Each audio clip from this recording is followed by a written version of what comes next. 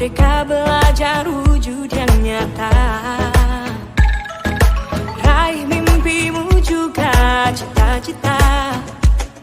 Generasi emas Indonesia. Profil pelajar Pancasila tanamkan di dalam dada. Profil pelajar Pancasila, cerdas berkarakter itu kita.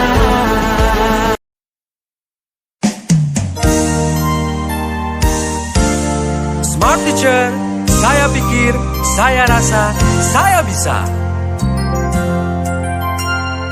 Tangan ke atas menggapai bintang, tangan ke samping burung yang terbang, tangan ke depan ikan berenang.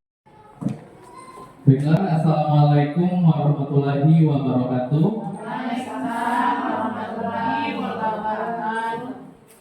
Yang terhormat Ibu Kepala SD Negeri 15 Kiki Barat, Ibu Nora Afrida.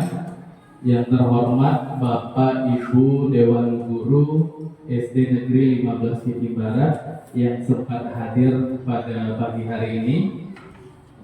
Alhamdulillah, pertama-tama marilah kita panjatkan puji dan syukur atas kehadiran Allah Subhanahu wa taala yang mana masih memberikan kita nikmat kesehatan sehingga kita bisa hadir dan berkumpul di gedung SD Negeri 15 Kiki Barat dalam keadaan sehat walafiat tanpa kurang satu apapun. Salawat dan salam tak lupa kita curahkan kepada Nabi kita Muhammad Sallallahu Alaihi Wasallam beserta keluarga dan sahabat-sahabatnya. Semoga kita semua yang ada di ruangan ini mendapatkan syafaat di hari akhir nanti. Amin ya rabbal alamin. Baiklah Bapak Ibu, pertama-tama saya ingin mengucapkan terima kasih kepada Kepala Sekolah dan Bapak Ibu Dewan Guru sekalian karena telah hadir semuanya untuk mensupport pembuatan video aksi nyata. Aksi nyata saya yaitu budaya positif di sekolah. Nah, hal ini merupakan rangkaian yang harus saya lewati dalam pendidikan guru penggerak ini. Karena semakin ujung ini semakin banyak tugasnya, semakin banyak merepotkan Bapak atau Ibu guru nantinya. Adapun susunan acara pada pagi hari ini adalah yang pertama pembukaan, yang kedua kata sambutan nanti ya dari Kepala SD Negeri 15 Kiki Barat, terus ada ice breaking, kesepakatan kelas, tujuan pembelajaran, pemahaman inti, eksplorasi konsep, refleksi dan penutup. Nah, dari agenda itu banyak sekali acara-acara dan slide-slide yang harus dilewati. Karena apa?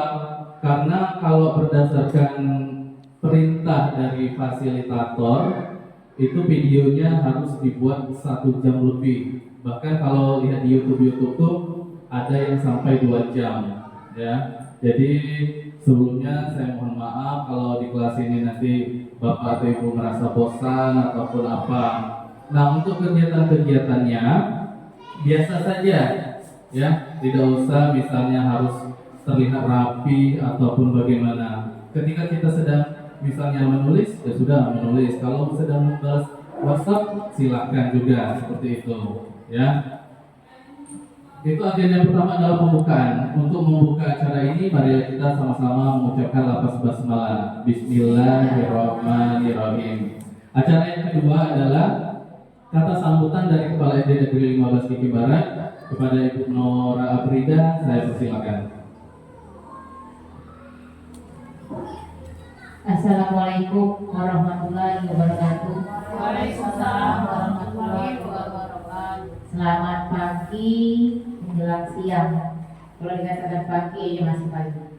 Alhamdulillah, terima kasih banyak saya ucapkan kepada Bapak dan Ibu guru pada hari Kamis tanggal 30 Mei 2024 sudah menyempatkan diri hadir di sekolah untuk membantu pembuatan video pembelajaran tugas Pak Uli Agustinus SPD dalam menjalankan calon guru penggerak angkatan 10 Kabupaten Lahat. Alhamdulillah Bapak Ibu guru, kita harus bangga. Mengapa? Karena di SD kita sudah ada yang terpanggil sebagai guru penggerak. Itu jadi motivasi buat Bapak Ibu guru yang belum. Jadi maksud saya di sini kemarin di materi Pak Uli sebelumnya ada Ibu Reni Febrika Sari sebagai PP Pak Uli, itu sudah dijabarkan dan materi Pak Uli kemarin kolaborasi. Di kolaborasi itu kalau pemahaman saya itu kerjasama dalam satuan pendidikan. Nah, di sini tugas pembuatan video pembelajaran yang berdurasi 1 jam ya Pak Uli ya, kalau bisa lebih. Itu mengapa saya WA-kan di grup lagi, kita mohon kolaborasinya yang baik. Karena dari hari ke Senin itu kami agendakan dengan Pak Uli Agustinus batal karena hanya beberapa orang guru yang hadir. Tidak enak ya kalau hari panjang dari Senin sampai Kamis itu cuma ada beberapa guru yang hadir. Lanjut hari Selasa, saya lihat juga masih banyak guru yang belum hadir. Rabu juga banyak kepentingan. Alhamdulillah saya ucapkan terima kasih atas kolaborasi atau kerjasamanya. Jadi mengapa kita dikatakan makhluk sosial? Karena kita masih juga butuh bantuan dari orang lain. Contoh Pak Uli, dia sebagai peserta CGP Angkatan 10 Kabupaten Lahat juga masih butuh bantuan dari kita seluruh staf Dewan Guru dan Kepala Sekolah. Marilah sama-sama kita dukung kegiatan CGP Angkatan 10 untuk Pak Uli supaya dapodik kita nanti tambah bagus. Saya doakan juga Bapak Ibu yang belum terpanggil nanti, kemarin itu sudah dicek di akun PMM-nya itu sasaran anggota PPG, peserta PPG, bukan berarti sudah ditetapkan sebagai peserta PPG.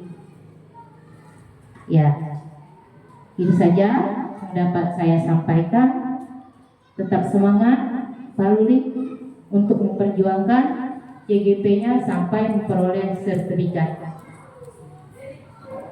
Saya ucapkan terima kasih. Wabillahi taufiq wal hidayah. Wassalamualaikum warahmatullahi wabarakatuh. Terima kasih Ibu Nora yang telah menyampaikan sambutannya. Benar kata beliau tadi ya, ini perjalanannya masih sangat panjang. Kalau tidak salah penutupannya selesainya di Oktober, penutupannya di November. Nah, Pak, hasil panen rayanya nanti di November biasanya. Nah, dari bulan 3 ke 11 itu saya rasa lebih 6 bulan atau 7 bulanan ya. Oke, untuk acara selanjutnya adalah sebelum kita masuk ke materi ada ice breaking dulu ya. Dimohon untuk Bapak atau Ibu guru dan kepala sekolah berdiri di depan mejanya. Kita lihat tayangan videonya.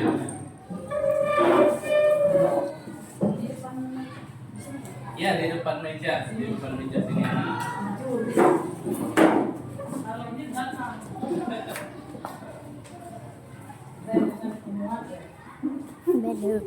Nah, sambil melihat ke itu ya, sambil melihat ke layar, diikuti nyanyinya, gerakannya juga supaya ini lihat, tolong di videokan ya.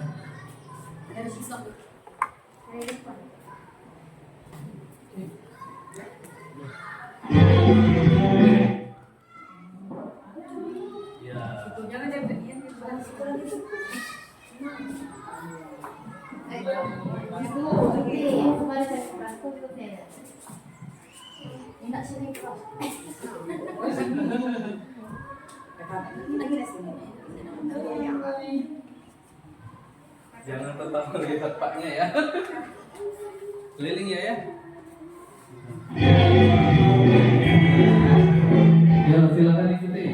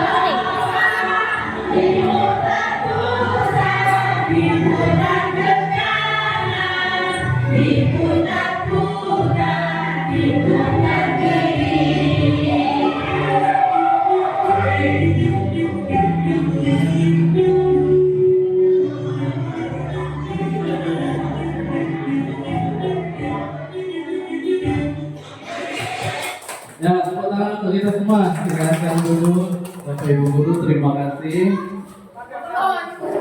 Betul ya.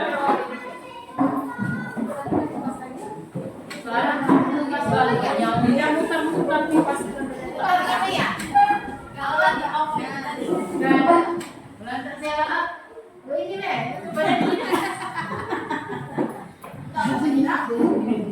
Ini dulu apa sih? Betul ya. Karena jogetnya 3 menit saja itu tadi. Oke, itulah tadi ice breaking ya. Perlu juga kita laksanakan di kelas supaya kenapa? Supaya juga membuat semangat anak-anak kalau kita mengajar di kelas. Tidak mesti harus jam pelajaran pagi, ketika jam pelajaran siang pun boleh ice breakingnya. Ya, kita masuk ke materi ya Bapak Ibu. Silahkan kalau seandainya ada yang penting silahkan dicatat, ataupun kalau merasa ingat ya sudah ingatkan saja. Selanjutnya adalah kesepakatan kelas. Nah, di sini saya akan membagikan sticky note. Silakan ditulis kesepakatan apa saja sih yang kira-kira dan harus kita sepakati. Ini aku pakai kulit. Ya, Pak.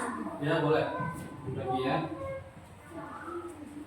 Nah, silakan tulis kesepakatan apa yang harus kita sepakati di kelas ini sebelum mulai pelajaran ini. Kalau sudah, silakan ditempelkan ke sini.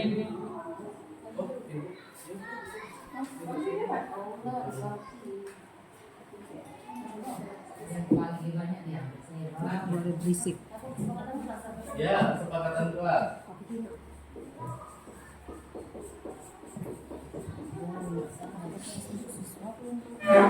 Kesepakatan di kelas. Nah, kalau sudah silakan ditempel ke depan.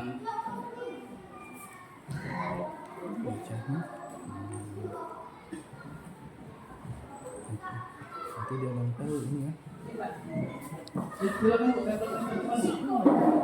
Ya, satu saja. Videonya. Boleh nitip dengan temannya kalau yang di dalam susah bangun. Ya, siapa yang masuk? Ya. Kok ya? Ya. Kesepakatan kelas. Ya, kesepakatan kelas. Apa sih yang harus kita sepakati? Nah, ya silakan. Diganti saja kertasnya, Bu. Ini masih ada ini.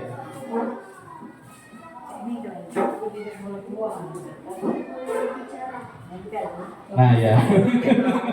Bagus sekali ya. Sebelum kesepakatan kelas.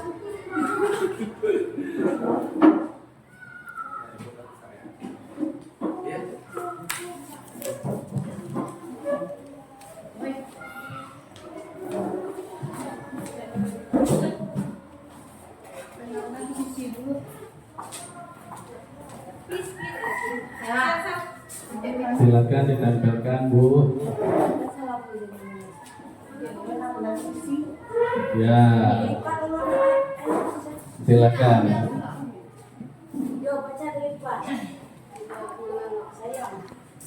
Silakan ditempel, Pak.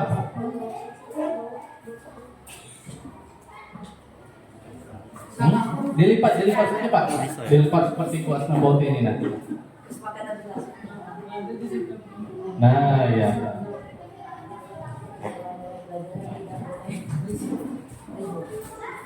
Ada lagi 1, 2, 3, 4, 5, 6, 7, 8, 9, 10, 11. 3 lagi ya. Silakan Bu tempel sampai Bu.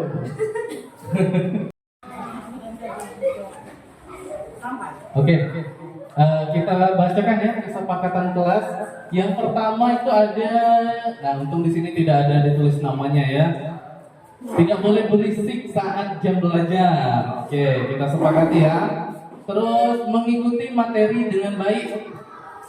Ada juga tidak boleh ribut dan tidak boleh berbicara. Boleh kalau dia nanti bisu kelasnya ya. Anak-anak harus bekerja mengerjakan tugas dengan tenang, tidak boleh ribut. Ya, jangan bermain dan izin keluar kelas. Oke, berpartisipasi dengan diskusi dan sebayanya ya. Jagalah kebersihan kelas ya. Tidak boleh izin selama pelajaran. Terus tidak boleh izin selama jam belajar berlangsung ya. Jika guru sedang menjelaskan, peserta harus fokus mendengarkan. Terakhir, mengikuti pelajaran dengan baik dan jangan ribut. Oke, terima kasih ya Bapak Ibu Guru. Inilah kesepakatan kelasnya yang telah kita sepakati. Nah, ini kenapa harus kita buat kesepakatan kelas? Supaya nanti kita terbiasa dengan anak-anak. Kalau anak-anaknya ribut, kita ingatkan, ingat tidak ada kesepakatan kelas yang kita buat ya. Boleh juga ditambahkan nih seperti yang saya mungkin ada yang sama. Nah, hadir seutuhnya, terus menghargai waktu bersama, memaksimalkan kesempatan berdiskusi dan buat catatan jika diperlukan. Ya, itu ya. Terus tujuan pembelajaran adalah, karena di sini judulnya adalah budaya positif, berarti hal-hal yang positif harus kita lakukan di sekolah. Tujuannya adalah, boleh dibacakan Pak Pras? Pertama, memahami konsep budaya positif. Ya. Menerapkan strategi disiplin positif yang memerdekakan murid untuk menciptakan ekosistem sekolah anak yang berpihak pada anak. 3. Menyusun langkah-langkah dan strategi aksi nyata yang efektif dalam mewujudkan kolaborasi dengan sekolah untuk merangkum kepentingan sekolah agar tercipta budaya positif yang dapat mengembangkan karakter murid. Ya. Terakhir, bersikap reflektif dan kritis terhadap budaya di sekolah dan senantiasa mengembangkannya sesuai kebutuhan sosial. Ya, jadi itulah 4 tujuan pembelajaran kita hari ini. Ya, yang pertama kita harus paham apa itu budaya positif. Terus penerapan disiplin positif di sekolah ya dengan berkolaborasi dengan seluruh pemangku kepentingan, bukan hanya guru saja, tetapi harus melibatkan warga-warga sekolah lainnya seperti komite, terus orang tua siswa ya, semua harus dilibatkan. Yang terakhir adalah bersikap reflektif dan kritis terhadap budaya di sekolah. Nah, jadi kita itu bisa melihat, menilai budaya yang kita terapkan di sekolah itu kira-kira sudah sesuai dengan kebutuhan siswa, ya kan? Terkadang kita menerapkannya cuma untuk kebutuhan guru saja, sedangkan kita dituntut untuk berfokus pada peserta didik, gitu ya. Nah, di sini ada pertanyaan pemantik supaya kita berpikir, apakah Bapak Ibu setuju dengan pernyataan ini? Satu, hukuman dapat mendisiplinkan anak. Nah, kira-kira Bu Nora gimana pendapatnya Bu? Untuk nomor 1. Setuju selagi sifatnya mendidik memberi karakter peserta. Ya, terima kasih ya Bu. Jawabannya bagus sekali. Setuju ya. Nomor 2, pemberian hukuman dengan hal positif seperti membaca atau membersihkan halaman sekolah dapat meningkatkan disiplin anak. Bagaimana tanggapannya Ibu Asna Bauti? Kalau saya sangat setuju, karena dengan ada hukuman tersebut, anak itu merasa bahwa dia punya tanggung jawab yang harus dikerjakannya sesuai dengan kesalahannya. Nah, jadi kemungkinan dengan adanya hukuman untuk ke depan tidak akan dilakukan kembali. Ya, terima kasih ya Bu ya. Itu sangat bagus juga jawabannya. Yang nomor 3 Ibu Okta boleh dibantu Bu? Memberi penghargaan dan serta motivasi belajar anak. Nah, setuju tidak? Kira-kira alasannya kenapa? Kalau dengan memberikan penghargaan kan anak-anak itu jadi lebih semangat untuk belajar. Jadi kalau kita memberikan hadiah atau dikasih permen si kok ibaratnya kan lah bahagia anak-anak itu. Jadi ada keinginan untuk belajar itu lebih semangat lagi, lebih giat lagi. Ya. Oke, terima kasih ya Bu Okta. Dari ketiga jawaban itu semuanya bagus sekali ya. Tapi nanti pertanyaan ini ada hubungannya dengan materi selanjutnya ya. Nah, topik dalam eksplorasi konsep ini ada 6. Pertama, disiplin positif. Kedua, teori motivasi. Ketiga, keyakinan kelas. Keempat, kebutuhan dasar manusia. Kelima, 5 posisi kontrol. Dan keenam, segitiga restitusi. Kita masuk ke yang pertama ya. Disiplin positif. Sebenarnya di disiplin positif ini yang di halaman sebelumnya ini sudah tercantum di sini semua. Ya, dari disiplin positif, teori motivasi, 5 posisi kontrol, 5 kebutuhan dasar manusia. Nah, itu nanti. Ya, tapi kalau yang di sini mungkin ada yang terlihat, ada yang tidak, tapi ada nanti yang di slide selanjutnya ya. Nah, disiplin positif dan nilai-nilai kebajikan universal. Perubahan paradigma. Nah, silakan Bapak Ibu misalnya berpasangan dengan teman di sebelahnya boleh. Pilihlah peran aktor dan peran pengancam. Berarti ada yang satu menempal tangan, yang satunya lagi mengancam. Ya, silakan aktor menuliskan benda atau sesuatu yang sangat berharga bagi Bapak atau Ibu. Letakkan kertas tersebut di dalam salah satu tangan dan genggam sesuatu tersebut dengan segala daya. Pertahankan seperti itu.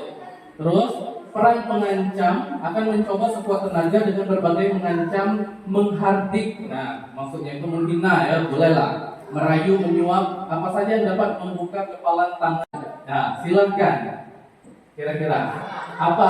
Dituliskan di kertas kecil saja seperti itu. Sesuatu yang berharga, sesuatu yang berharga menurut bapak atau ibunya. Silakan. Saya saja yang mengepak. Ya, pilihlah, jangan nulis. Siapa? Pra. Nah, apa saja yang menulis saya yang mengancam. Biasanya. Tapi jangan dulu ya kalau diancam saya ya. Sekarang Bu Yati dia bongkar. Rayu be, Ibu Yati be, awak. Ayo nak Aku bingung ini nak diancam dia nih kalah kalau dia diancam itu kedapat mana lebih lelah. Silakan ditulis sesuatu yang berharga apa saja misalnya. Jadi Untuk membuka ya boleh. Contoh saja. Ya, pokoknya di kepala itu lah, tidak bisa buat itu. Nah, kalau memang kalian belum berbayar saja, kira-kira. Basing lah. Basing. Apa dengan rayuan, apa dengan paksaan? Nah, coba kita jelaskan pendapat dari yang kelompok Sela dulu ya, Sela dengan Pras. Pras genggam Pras. Nah, genggam ya. Ya, kertasnya yang digenggam, bukan Sela. Nah, Sela, silakan mengancam, menghadik, merayu, menyuap ataupun apa supaya Pras mau membuka kepala matanya. Nah, apa? Silakan. Apa? Ya. Kalau Kak buka Kak tangannya. Ayo Bu. Silakan rayu. Ambilnya pucuk. Nah, ayo silakan. Buka tangannya. Seperti itu. Atau saya tinju kamu seperti itu. Kan itu termasuk perbuatan mengancam. Hampir pernah ngancam. Apa main ngancam? Pernah ngancam.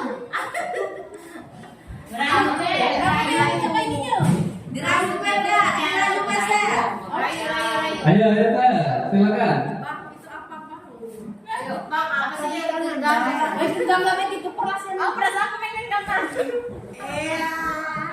Nah, ayo silakan Pak. Ini hanya sekedar contoh ya. Silakan.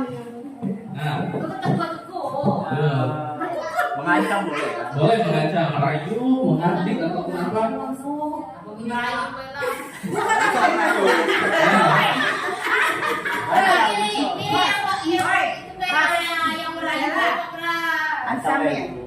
mengancam boleh.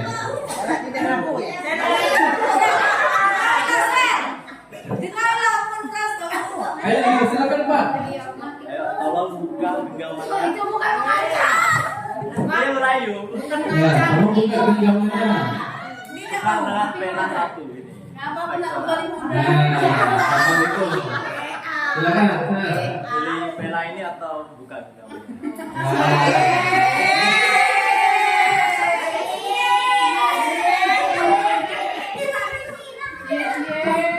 Kalau pilih ini bukan ini genggamannya, kalau enggak tolak.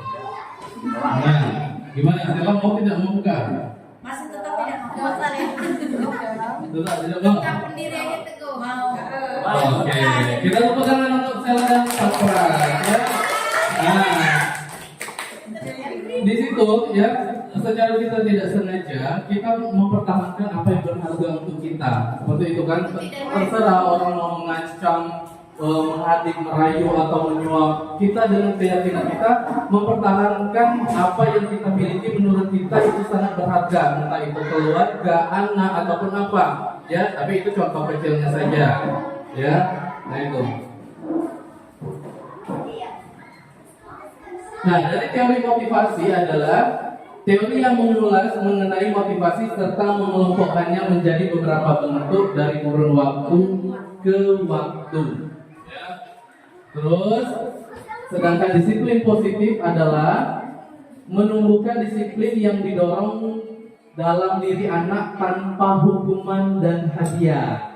Nah, kalau kita tadi kan sudah berpendapat menghukum anak itu kadang-kadang membuat mereka disiplin. Nah, ternyata hukuman itu terkadang menurut kita sudah benar, tetapi setelah kita baca buku dari berbagai sumber, ada yang mengatakannya salah atau alasan yang lainnya seperti itu kan, tanpa hukuman dan hadiah. Karena apa? Kalau kita memberikan hadiah terus seperti yang Ibu Okta tadi bilang, kalau sekali-sekali boleh, itu untuk mungkin membuat dia bersemangat ataupun apa. Tetapi kalau terus-menerus, nah nanti ada hubungannya dengan apa? Dihukum dengan penghargaan, itu maksudnya, ya. Nah, disiplin diri sekarang, sedangkan ini adalah seseorang yang memiliki disiplin diri, berarti mereka bisa bertanggung jawab terhadap apa yang dilakukannya. Karena mereka mendasarkan tindakan mereka pada nilai-nilai kebajikan universal. Nah itu ya, kata kuncinya adalah tanggung jawab. Apa yang sudah menjadi tugasnya, apa yang menjadi kewajibannya, itu tentang disiplin diri. Ya, saya rasa kita semua yang ada di ruangan ini, khususnya ke kelas kita masing-masing, ke pelajaran kita masing-masing, itu kita sudah bisa bertanggung jawab dan menyelesaikannya secara benar dan baik. Ya. Terus nilai-nilai kebijakan universal. Nah, sebenarnya nilai-nilai kebijakan universal ini sama dengan profil pelajar Pancasila yang kita inginkan, yaitu beriman, bertakwa kepada Tuhan Yang Maha Esa dan berakhlak mulia, terus mandiri, bernalar kritis, berkebinekaan global, gotong royong dan kreatif. Inilah yang ingin kita capai untuk peserta didik kita, ya. Yang kedua adalah teori motivasi, hukuman dan penghargaan serta restitusi. Nah, silakan Bapak Ibu menjawab bagaimana kita berperilaku. Ibu Elma bisa dibantu menjawabnya.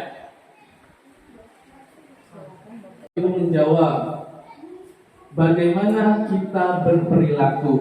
Ibu Elma bisa dibantu menjawabnya.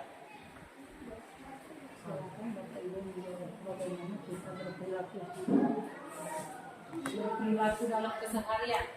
Iya, dalam konteks sekolah maksudnya. Seharusnya kita di dalam berperilaku itu, bagaimana cara kita berperilaku, itu perilaku kita sebagai seorang guru kita ya. Kita berperilaku sebagai seorang guru. Yang jelasnya apa yang kita perilakukan itu pasti akan dicontoh oleh anaknya. Ya. Contoh kita, kalau keseharian kita misalkan datang terlambat, jelas anak-anaknya pasti akan ikut datang terlambat. Itu ya. Ya, itu contoh kecilnya ya Bu ya. Terus yang kedua itu, mengapa kita melakukan segala sesuatu? Boleh dibantu Bu Devi?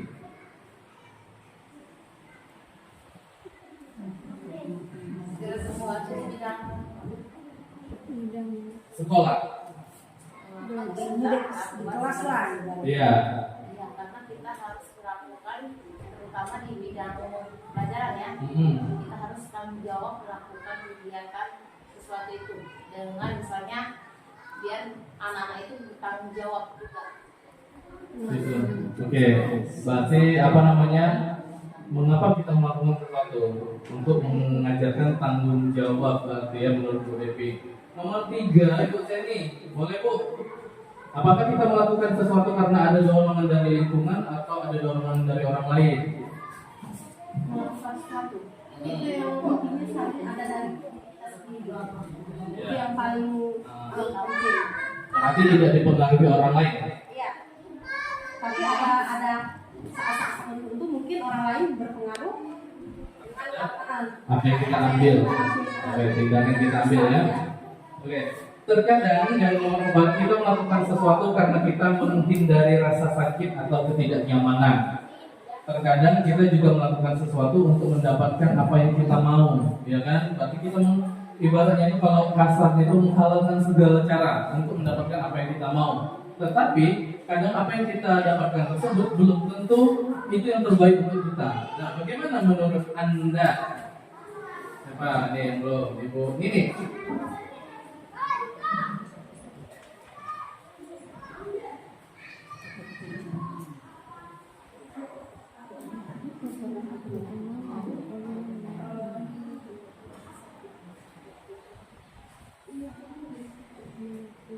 Apa Bu?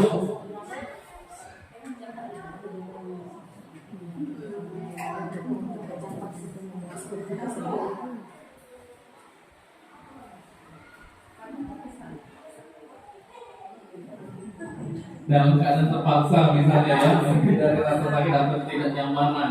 Nah, jadi daripada berbuat saya tidak nyaman atau saya sakit, nah, seperti itu ya kira-kira ya. Saya juga ya kemarin ini kurang ini sebenarnya ya. Terus yang nomor 4, penghargaan dikatakan tidak efektif. Jika seseorang mengharapkan suatu penghargaan dan tidak mendapatkannya, maka orang tersebut akan kecewa dan berkecil hati. Kemungkinan ia tidak akan berusaha sekeras sebelumnya. Nah itu ya, penghargaan dan kalau dipandang dari sudut tidak efektifnya.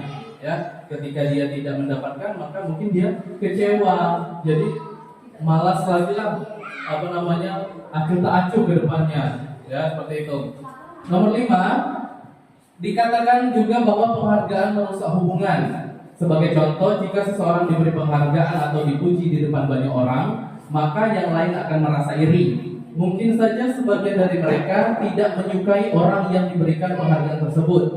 Contoh lain, jika di dalam kelas seorang guru sering memberikan penghargaan kepada murid-muridnya, besar kemungkinan murid-muridnya termotivasi hanya untuk menyenangkan gurunya. Mereka tidak akan bersikap jujur. Nah, seperti itu kepada guru tersebut. Penghargaan juga menciptakan persaingan di dalam kelas, sementara persaingan menciptakan kecemasan, timbul kecemasan yang ada di dalam hati dan pikiran siswa tersebut. Ya, sebenarnya ini juga bagus sih, ya. Terlalu sering dipuji di depan banyak orang dan orang lain tersebut akan iri, seperti itu ya. Jadi timbul sifat iri tadi, ya sudah, sifat saling membenci akhirnya. Nah, itulah penghargaan merusak hubungan. Ya, berarti tidak bagus terlalu sering banyak ini kita memberikan penghargaan kepada siswa, ya. Tetapi jangan juga mendongkan mental siswa seperti itu. Nah, ini yang tadi ya.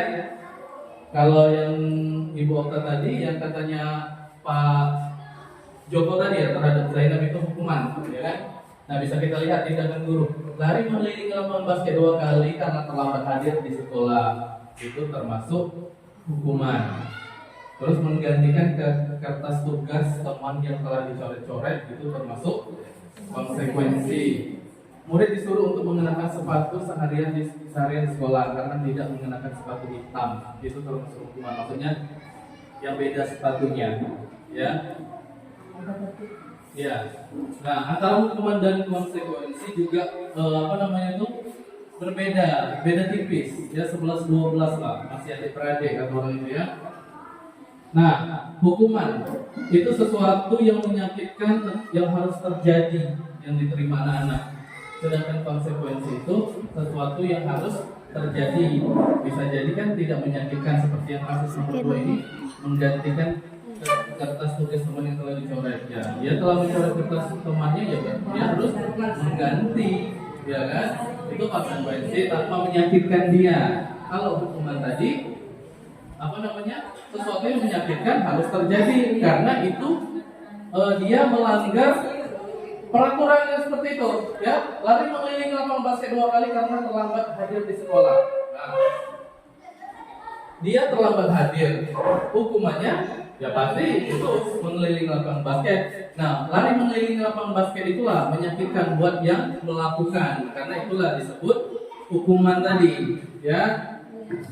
Itu ya. Terus yang nomor 2, membuat anak sakit fisik maupun hati untuk jangka waktu yang lama kalau kita memberikan hukuman. Sedangkan memberikan konsekuensi membuat anak merasa tidak nyaman dalam jangka waktu pendek saja. Seperti itu kan? Ya, sekali lewat.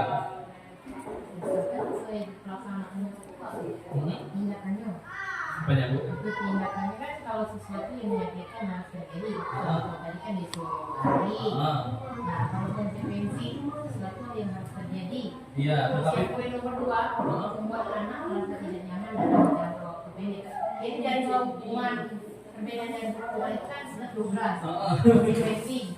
Ada kan hukuman itu menyakiti fisik, maupun hati. Nah, jadi maksud itu pelaksanaannya itu yang mana gitu kan sesuatu. Bingung pula kan. Kemudian kalau itu biarkan dengan biasanya telah masih so. Jadi pernah bukannya itu minai produklah Bapak Ibu pernah contoh madon. Mungkin belum pernah dapat hukuman atau konsekuensi dengan dibuat kelas 2 lah nggak mau belajar. Pernah ibu apa kan? Ada juga datang jam 8 lewat. Jadi hari berikutnya besok enggak. Belum dapat hukuman. iya. Yang mana yang diterapkan itu Pak? Sebenarnya kalau dari yang perbedaan hukuman dan konsekuensi itu benar kata Ibu tadi, beda-beda tipis. Kita sebagai guru juga bingung mana yang harus diterapkan di sekolah, seperti itu kan. Nah, tetapi kalau menurut saya ya Bu ya, ini Teorinya, konsekuensi itu teori gitu, mengarah dengan teori gitu. bisa jadi Bu. Tetapi kalau misalnya seandainya tidak ada tindakan tegas dari guru, benar kata Ibu tadi, anak tersebut akan kembali mengulangi perbuatan yang dia lakukan. Cuma dimarahi be oleh guru kan, seperti kasus Madon tadi, cuma dimarahi be misalnya oleh Ibu Putih. Paling diomongi, dia ini apa namanya bersih ke WC ataupun apa. Padahal membuat efek jerah terhadap anak itu juga harus bagus sebenarnya diterapkan, ya, supaya anak-anak tersebut apa namanya bisa disiplin. Tetapi itulah tadi, ketika kita ingin mendisiplinkan anak dengan memberikan hukuman yang Madon datang terlambat misalnya membersihkan Misalnya WC. dari lapangan Pak ya. Nah, Jadi dia merasa sakit hati Iya. dengan kita. lama-kelamaan pasti muncul dia ini benci dengan kedisiplinan, terus menyakiti diri sendiri katanya. Ujung-ujungnya anak tersebut benci dengan gurunya. Nah itu tidak akan nakal lagi. Mengulangi kembali. Datang terlambat misalnya. Kira-kira itu Pak efektif tidak? Termasuk tidak termasuk hukuman atau konsekuensi. Nah, tapi kalau saya rasa daripada misalnya keliling lapangan membersihkan WC, lebih efektif yang Ibu Okta sarankan tadi. Saya tidak akan terlambat datang sekolah berapa kali, 100 kali misalnya kan? Karena itu apa namanya? Kalau menurut saya pribadi tapi ini ya, itu tidak menyakiti apa namanya perasaan anak. Yang tersakiti cuman misalnya apa namanya tenaganya, dia lebih capek buat itu. Nah itu dia termasuk konsekuensi kalau menurut saya. Tapi kalau memang berbeda dengan pendapat Ibu, Bapak, ya tidak apa-apa disampaikan saja karena kita di sini berdiskusi seperti itu, ya bukan, ya Bu? Maksudnya terbuka kita di sini. Iya terbuka. Karena inilah konteks inilah yang kita hadapi di sekolah kita itu, ya. Itu kalau menurut saya. Kalau menurut Bapak sendiri bagaimana? Yang tadi. Iya Pak, itu kan istilahnya mungkin kalau di kelas bawah, kelas rendah kan kalau nulis itu sekalian belajar nulis, sekalian ini kan. Nah, iya Itu kan, benar sekali. Ini kan ada ini, ada yang ada pada belajarnya kan. Ya, mana? Nah, terus ini juga ini berkesinambungan sini anak belajar untuk mematuhi peraturan. Nah, berarti kalau tidak mematuhi peraturan, tidak membuat PR, nanti disuruh Bapak menulis lagi. Beda kalau ke hukuman misalnya, pasti anak belajar untuk menyembunyikan kesalahannya. Ya dia tidak jujur dengan kita sebagai guru. Terus ya ini bisa dibaca ya nanti ya, karena banyak slide ini. Nah, di situ ada identitas gagal dan identitas sukses dari hukuman dan disiplin. Kalau hukuman kan kita ambil contoh 1 atau 2 ya. Sesuatu yang menyakitkan harus terjadi. Sedangkan untuk mendisiplinkan ada konsekuensi dan ada restitusi. Sedangkan konsekuensinya adalah sesuatu yang harus terjadi. Restitusi itu adalah merupakan pilihan bagaimana anak tersebut menyelesaikan masalahnya sendiri. Sebenarnya kalau Bapak Ibu lihat saya mengambil video tentang Rafa di kantor kemarin itu sudah menerapkan restitusi. Dalam kasusnya itu kan Rafa tertidur di kelas, seandainya kan. Nah, saya sebagai guru tidak memberikan dia hukuman, ya, tidak memberikan konsekuensi juga, tetapi saya memberikan restitusi pilihan. Rafa tahu apa yang Rafa lakukan di kelas tadi itu merugikan orang lain, mengganggu orang lain, tidur saat jam pelajaran. Tahu Pak katanya orang lain merasa terganggu misalnya itu, apalagi kalau suaranya ngorok seperti dia. Nah setelah kita berikan seperti itu, kita berikan pilihan, kita ingatkan kembali tentang keyakinan kelas tadi. Rafa masih ingat dengan keyakinan kelas yang kita sepakati di awal semester? Ingat Pak katanya, misalnya kalau ada ya, tidak boleh tidur selama jam pelajaran. Nah kalau masih ingat, berarti Rafa tahu, Rafa sadar perbuatan yang Rafa lakukan tersebut salah. Nah, kedepannya Rafa mau bagaimana? Nah, jadi kan di sini kita memberikan pilihan, apakah anak-anak itu berpikir dia akan sadar dengan tindakannya yang salah itu, ataupun bagaimana?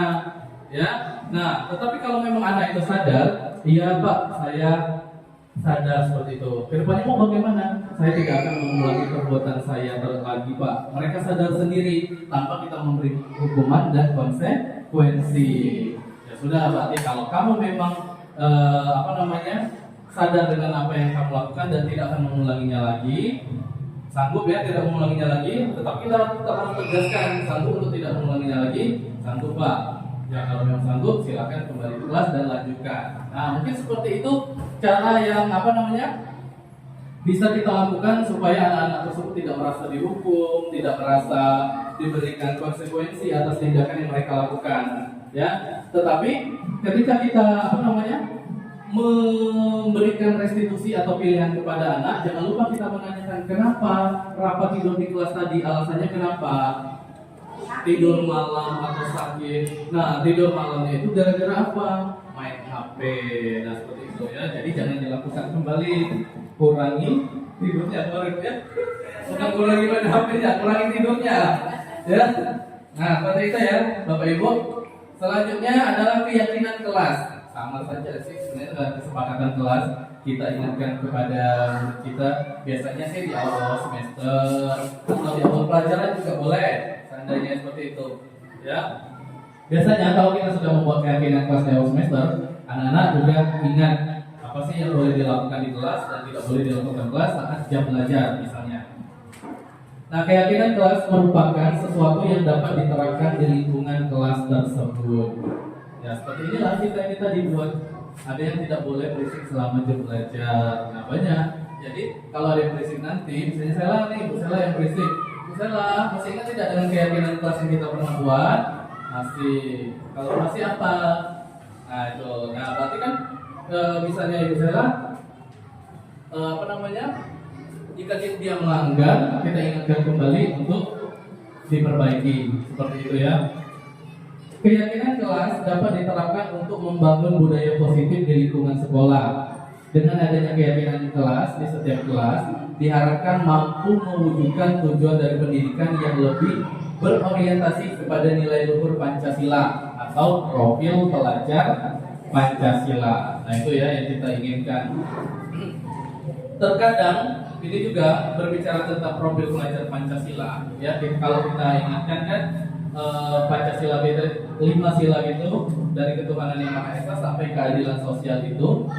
Ketika kita menanyakan sama anak-anaknya, mereka masih bingung penerapannya dalam kehidupan sehari-hari itu seperti apa, dengan sikap yang bagaimana. Nah, cobalah kalau misalnya untuk kelas 3 mungkin sudah bisa, ya. Makna dari ketuhanan yang Maha Esa itu kita terapkan di kehidupan sehari-hari itu seperti keadilan sosial. Nah itu, ya anak-anak masih bingung. Jadi mulai dari sekarang kita harus memberikan contoh penerapan dalam kehidupan sehari-hari yang sila kita itu 5 sila, ya. Jadi kita harus berikan contoh kepada anak-anak kita. Yang berikutnya dari peraturan kelas, ya, menjadi keyakinan kelas. Nah, setelah diterapkan, lingkungan tersebut akan berubah menjadi lingkungan yang positif. Anak-anak dan guru sama-sama saling menghargai. Ya, kalau lingkungannya sudah positif, hal-hal yang baik tersebut itu bisa menjadi budaya yang harus diterapkan di sekolah. Itu ya. Nah, manakah yang merupakan keyakinan kelas? Mengapa? Nah, kesepakatan kelas. Datang tepat waktu, mengucapkan salam. Ada juga menjaga kebersihan sekolah, berdoa sebelum dan sesudah kegiatan, aktif dalam pembelajaran. Nah, ini contoh kesepakatan kelas yang bisa kita buat dengan anak-anak. Ya, ini bisa juga ini. Kami guru dan murid saling menyayangi. Ya, berarti tidak boleh ada yang saling menyakiti, apalagi memberikan hukuman. Ya, berarti kita sebagai guru itu harus masuk ke dunia anak. Ya, harus memahami karakter anak, harus bersikap dan kembali ke anak-anak lagi, seperti itu.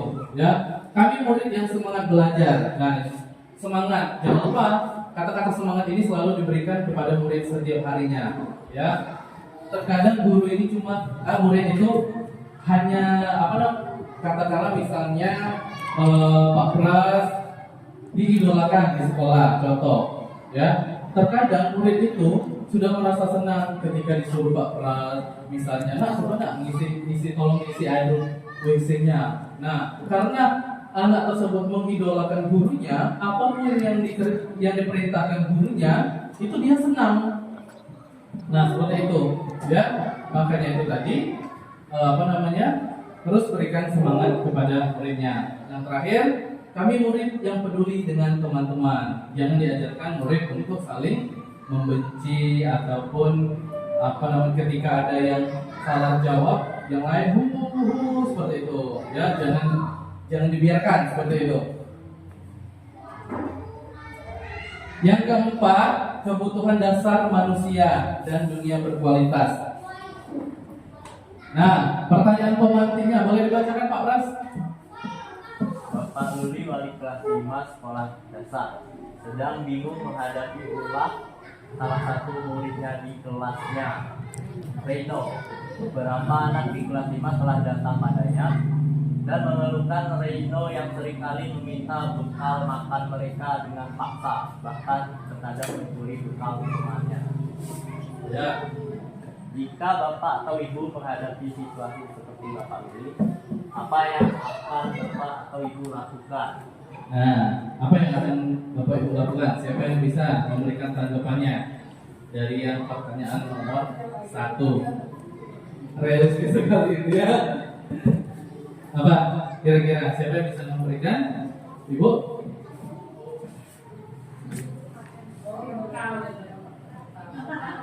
Nabi makanan kancur. Kan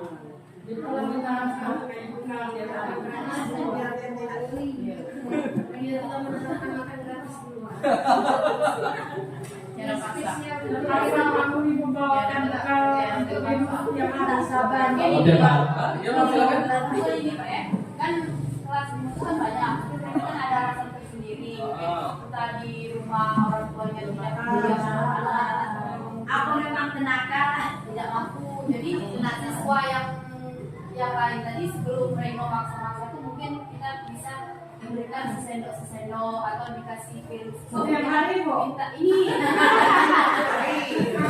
kalau setiap hari mungkin alasan di rumah tadi kan mungkin bukan makanan, kemudian mungkin ditanya lagi ngakhirin alasan melakukan itu apa. Ya, benar sekali ya Bu Mungkin Okta. makanan yang dimakan kawannya tadi belum pernah Reno makan. Faktor latar belakang seperti itu ya. Nah, itu. Ya, boleh ya. Itu nanti kita ada di materinya. Menurut Bapak Ibu, kira-kira alasan Reno melakukan hal tersebut apa kira-kira? Nah, siapa nih alasan Reno? Ibu ini. Untuk mengganggu teman. Apa? Kenapa kira-kira Reno melakukan hal tersebut? Banyak faktor. Jadi kenakalan diri, mungkin makan kawan belum pengalaman, Faktor yang pasti itu makanan belum makan lain-lain yang ada ini ada rasa puas sendiri dalam diri penasaran. Ketika mengganggu temannya, tidak ada kepuasan tersendiri. Nah, itulah tugas kita sebagai gurunya itu, jangan dibiarkan lama-lama seperti itu. Nanti kalau dia bertumbuh dewasa, ya, ketika dia tidak dia tidak mendapatkan sesuatu apa yang dia inginkan, bahaya itu dia. Dan ketika dia mendapatkan atau berhasil mengganggu temannya sampai, nah ya, itu muncul kepuasan tersendiri dari dalam dirinya. Ya, itulah pertanyaan pemantiknya tadi. Nah, 5 kebutuhan dasar manusia inilah yang bisa mendasari tindakan Reno tersebut ataupun kita sebagai guru ya.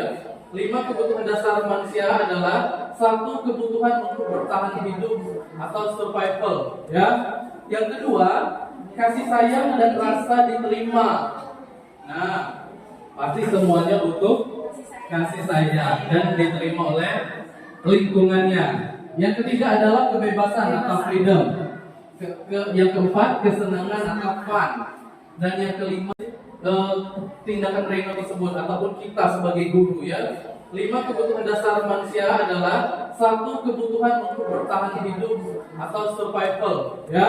Yang kedua, kasih sayang dan rasa diterima. Nah, pasti semuanya butuh kasih sayang dan diterima oleh lingkungannya. Yang ketiga adalah kebebasan atau freedom. Yang keempat, kesenangan atau fun. Dan yang kelima, penguasaan atau power. Nah, kita bahas satu persatu. Untuk yang pertama, kebutuhan untuk bertahan hidup. Nah, boleh Bu Devi dibacakan, Bu?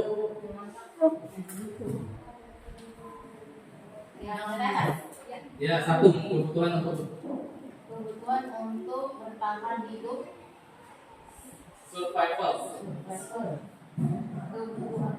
Ya, boleh dilakukan saja kalau ininya susah. Hah? ya ini Oh, Ibu Oktar ya, Bu, dibantu, Bu. kebutuhan bertahan hidup adalah survival. Ya. Kebutuhan bertahan hidup adalah kebutuhan yang bersifat fisiologis untuk bertahan hidup, misalnya kesehatan, rumah, dan makanan. Kebutuhan biologis sebagai bagian dari proses reproduksi, termasuk kebutuhan untuk bertahan hidup.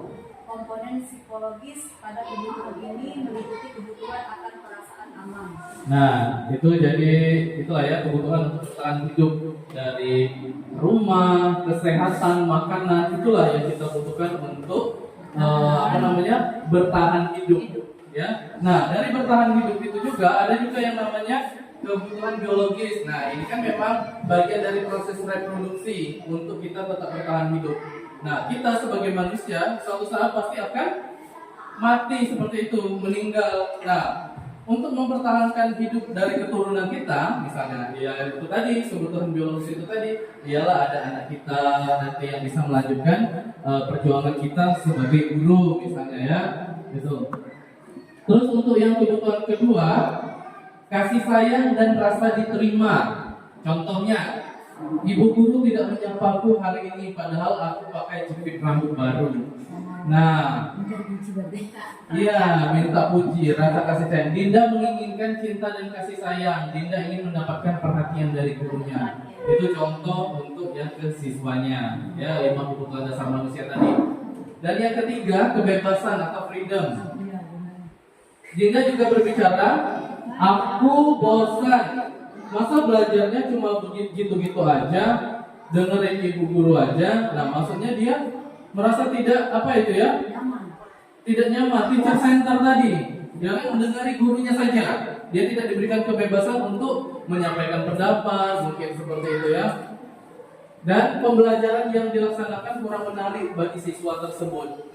Ya, itu kalau kebebasan, menginginkan kebebasan. Yang keempat, kesenangan atau fun. Boleh dibantu Bu Sela?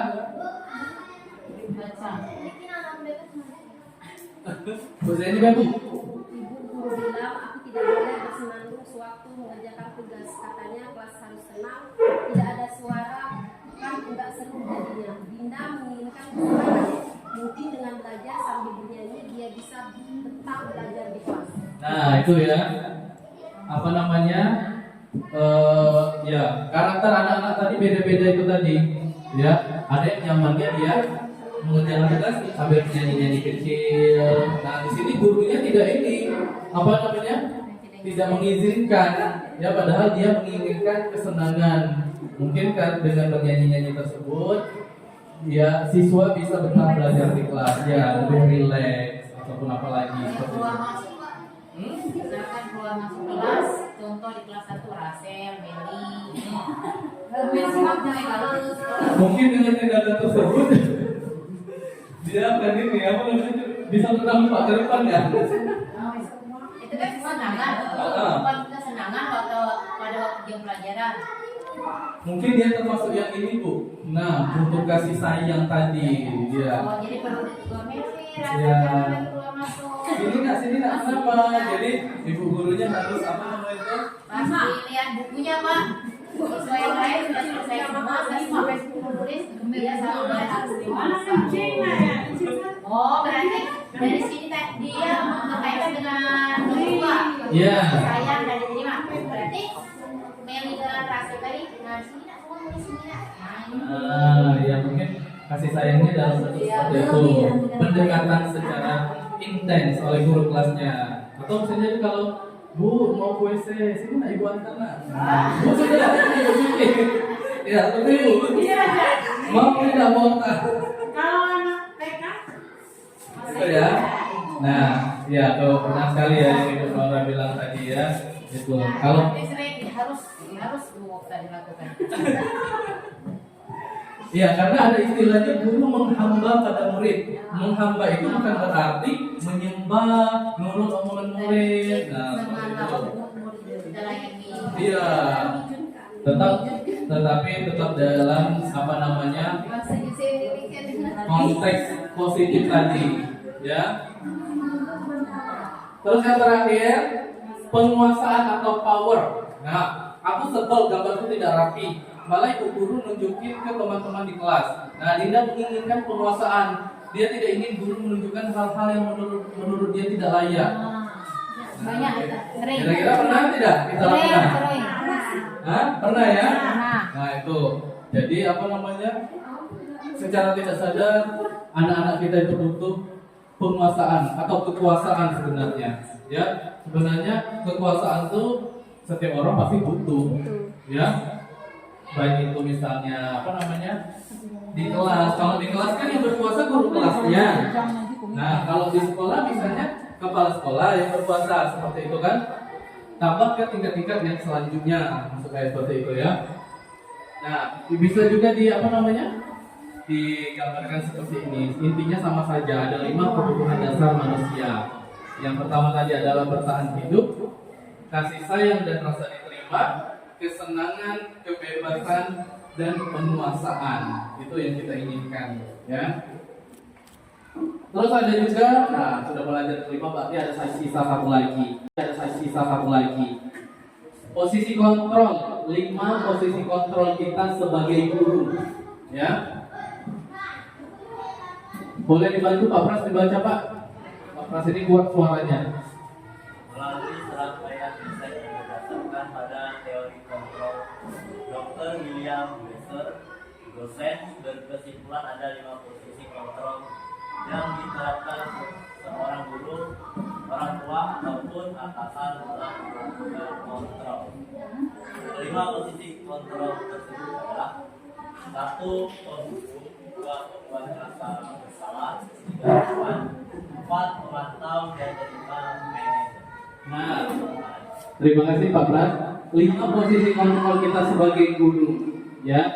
Yang pertama ada penghukum, pembuat rasa bersalah, sebagai teman, sebagai pemantau, dan sebagai manajer. Nah, sebagai manajer ini adalah puncaknya, ya. Kalau apa namanya kita menyelesaikan masalah sebagai manajer, berarti kita yang menyelesaikan, terutama untuk di kelas. Kalau untuk dalam konteks lingkungan sekolah, posisi manajer itu biasanya dilakukan oleh kepala sekolah, ya. Kita lihat yang pertama, sebagai penghukum. Seorang penghukum bisa menggunakan hukuman fisik maupun verbal. Orang-orang yang menjalankan posisi penghukum senantiasa mengatakan bahwa memerlukan sistem atau alat yang dapat lebih menekan murid-murid lebih dalam lagi. Guru yang menerapkan posisi penghukum akan berkata, patuhi aturan saya atau awas. Nah, seperti itu ya. Kamu selalu saja salah. Langsung menjudge seseorang seperti itu. Selalu pasti selalu yang terakhir selesai. Nah, seperti itu. Contoh misalnya kasus, oh Reno selalu begabali yang terakhir kemudian gawe kancil dan galau itu nah. Terakhir kalau di kelas 4 bintangnya Jerry. Di kelas 3 siapa Bu bintangnya? Padli mungkin ya? Ada di kelas siapa? Ada. Sate. Kamu kelas berapa Bu? Satria dan Malik. Satria dan Malik ada 2 bintang. Kelas 1. Meli. Kelas 6 Putri? Muhammad Tahu juga ya. Jangan mau sama kami ya. Nah itu. Guru seperti ini senantiasa percaya bahwa hanya ada satu cara agar pelajaran bisa berhasil, yaitu caranya dia. Nah, kita sudah bahas kemarin. Salah kalau seperti itu, bukan teacher center, tapi harus teacher student, berpusat pada murid tadi. Ya. Yang kedua, siapa yang terlihat di barisan itu? Bu Elma terlihat, Bu? Putri? Kita lihat kuasnya posing. Nada suara tinggi, bahasa tubuh, Mata melotot dan jari menunjuk. Menghati. Nah, itu biasa ya. Biasanya seorang penghukum itu mengeluarkan suara tinggi, bahasa tubuhnya mata melotot, nah, jari menunjuk-nunjuk. Kapan ya? Awalnya ini. Nah, jangan seperti itu ya.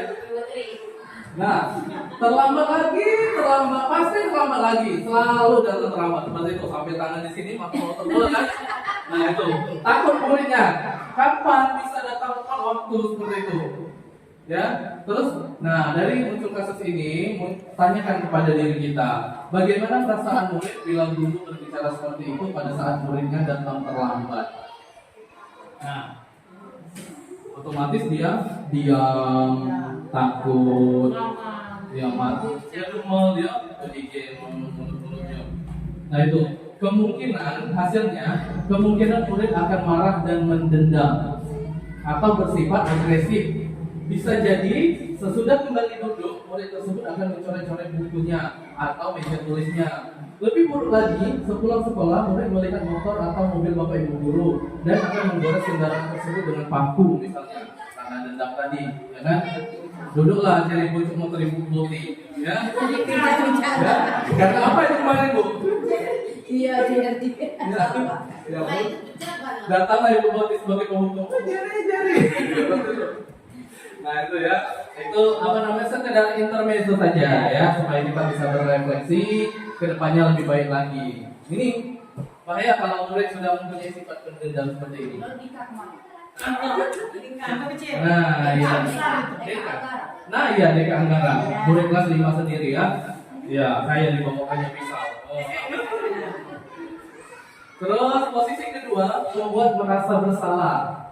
Pada posisi ini, biasanya guru akan bersuara lebih lembut. Pembuat rasa bersalah akan menggunakan kekeningan yang membuat orang lain merasa tidak nyaman, bersalah atau rendah diri. Kata-kata yang keluar dengan lembut akan seperti, ibu sangat kecewa sekali dengan kamu. Nah, betul. Berapa kali ibu harus beritahu kamu? Nah, kita sudah nada bicaranya sudah lembut. Ya, gimana coba kalau orang tua kamu tentang perbuatan kamu seperti ini? Nah, jadi kita membuat atau membuat murid tersebut menjadi bersalah, dia merasa bersalah, sadar akan kesalahannya, ya. Gitu ya. Terus di posisi ini murid akan memiliki penilaian diri yang buruk tentang mereka. Murid merasa tidak berharga dan telah mengecewakan orang-orang yang disayanginya. Nah seperti itu. Biasanya muridnya nunduk, sadar, ujung-ujungnya nangis, bisuk-bisuk, nangis, ya, itu. Ke sekolah, ngandong, kenapa aku nangis, katanya kan? Nah, guru yang membuat rasa bersalah, ada suaranya memelas, halus atau sedih. Bahasa umumnya merapat pada anak, lesu, maksudnya duduk dekati anak dan berbicara lesu. Adi, kamu ini bagaimana ya? Kamu sudah berjanji dengan ibu tidak akan terlambat lagi. Kenapa ya? Senang sekali mengecewakan ibu. Ibu benar-benar kecewa sekali sama kamu. Nah, pernah kan kita lakukan kan? Di kelas, nah itu. Ini Pak kecewa sama kamu.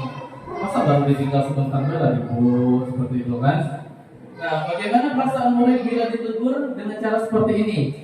Kira-kira, Marcella, bagaimana perasaan murid? Ada sisa satu lagi. Posisi kontrol, 5 posisi kontrol kita sebagai guru, ya. Boleh dibantu Pak Pras dibaca Pak. Pak Pras ini kuat suaranya. Melalui serangkaian riset yang berdasarkan pada teori kontrol, Dr. William Glasser, dosen, berkesimpulan ada 5 posisi kontrol yang diterapkan seorang guru, orang tua ataupun atasan dalam melakukan kontrol. 5 posisi kontrol tersebut adalah 1. Penghukum, 2. Membuat rasa bersalah. 3. Teman. 4. Memantau. Dan 5. Manajer. Nah, terima kasih Pak Pras. 5 posisi kontrol kita sebagai guru, ya. Yang pertama ada penghukum, pembuat rasa bersalah, sebagai teman, sebagai pemantau, dan sebagai manajer. Nah, sebagai manajer ini adalah puncaknya, ya. Kalau kita menyelesaikan masalah sebagai manajer, berarti kita yang menyelesaikan, terutama untuk di kelas. Kalau untuk dalam konteks lingkungan sekolah, posisi manajer itu biasanya dilakukan oleh kepala sekolah, ya. Kita lihat yang pertama, sebagai penghukum. Seorang penghukum bisa menggunakan hukuman fisik maupun verbal. Orang-orang yang menjalankan posisi penghukum senantiasa mengatakan bahwa memerlukan sistem atau alat yang dapat lebih menekan murid-murid lebih dalam lagi. Guru yang menerapkan posisi penghukum akan berkata, patuhi aturan saya atau awas. Nah, seperti itu ya. Kamu selalu saja salah. Langsung menjudge seseorang seperti itu. Pasti selalu yang terakhir selesai. Nah, seperti itu. Contoh misalnya kasus, oh Reno selalu begawan yang terakhir sebelum dia gawe. Kancil dia galau itu nah. Terakhir kalau di kelas 4 bintangnya Jerry. Di kelas 3 siapa? Bu, bintangnya Padli mungkin ya? Ada di kelas berapa? Ada. Sate. Kalau kelas berapa Bu? Satria dan Malik. Satria yang paling ada 2 bintang. Kelas 1. Eli. Kelas 6 Putri? Muhammad tahu juga ya. Jangan mau sama kami ya. Nah itu. Guru seperti ini senantiasa percaya bahwa hanya ada satu cara agar pelajaran bisa berhasil, yaitu caranya dia. Nah, kita bahas kemarin, salah cara seperti itu, bukan teacher center, tapi harus teacher student, berpusat pada murid tadi. Ya. Yang kedua, siapa yang terlihat di barisan itu? Bu Elma terlihat Bu? Bu Tari? Kita lihat di pasca posisi. Nada suara tinggi, bahasa tubuh, mata otot dan jari menunjuk. Menghardik. Nah itu biasanya seorang penghukum itu mengeluarkan suara tinggi, bahasa tubuhnya mata melotot, jari menunjuk-nunjuk. Kapan ya? Awalnya ini, jangan seperti itu ya. Nah, terlambat pasti terlambat lagi, selalu dalam terlambat seperti itu, sampai tangan di sini maka mau tebel kan? Nah itu, takut muridnya, kapan bisa datang tepat waktu seperti itu, ya. Terus, nah dari muncul kasus ini, tanyakan kepada diri kita, bagaimana perasaan murid bila guru berbicara seperti itu pada saat muridnya datang terlambat? Nah, otomatis dia diam, takut, dia mati, dia demel, dia berpikir mulutnya. Nah itu kemungkinan murid akan marah dan mendendam atau bersifat agresif. Bisa jadi sesudah kembali duduk, murid tersebut akan mencoret-coret bukunya atau meja tulisnya. Lebih buruk lagi, sepulang sekolah murid melihat motor atau mobil bapak ibu guru dan akan menggores kendaraan tersebut dengan paku misalnya, karena dendam tadi, ya kan? Duduklah cari pucuk motor ibu putih, ya. Karena apa itu kemarin Bu? Iya, jadi. Ya, Bu. Datanglah ibu putih sebagai penghukum. Jari. Nah itu ya, itu sekedar intermezzo saja ya, supaya kita bisa berefleksi kedepannya lebih baik lagi. Ini bahaya kalau murid sudah mempunyai sifat pendendam seperti ini.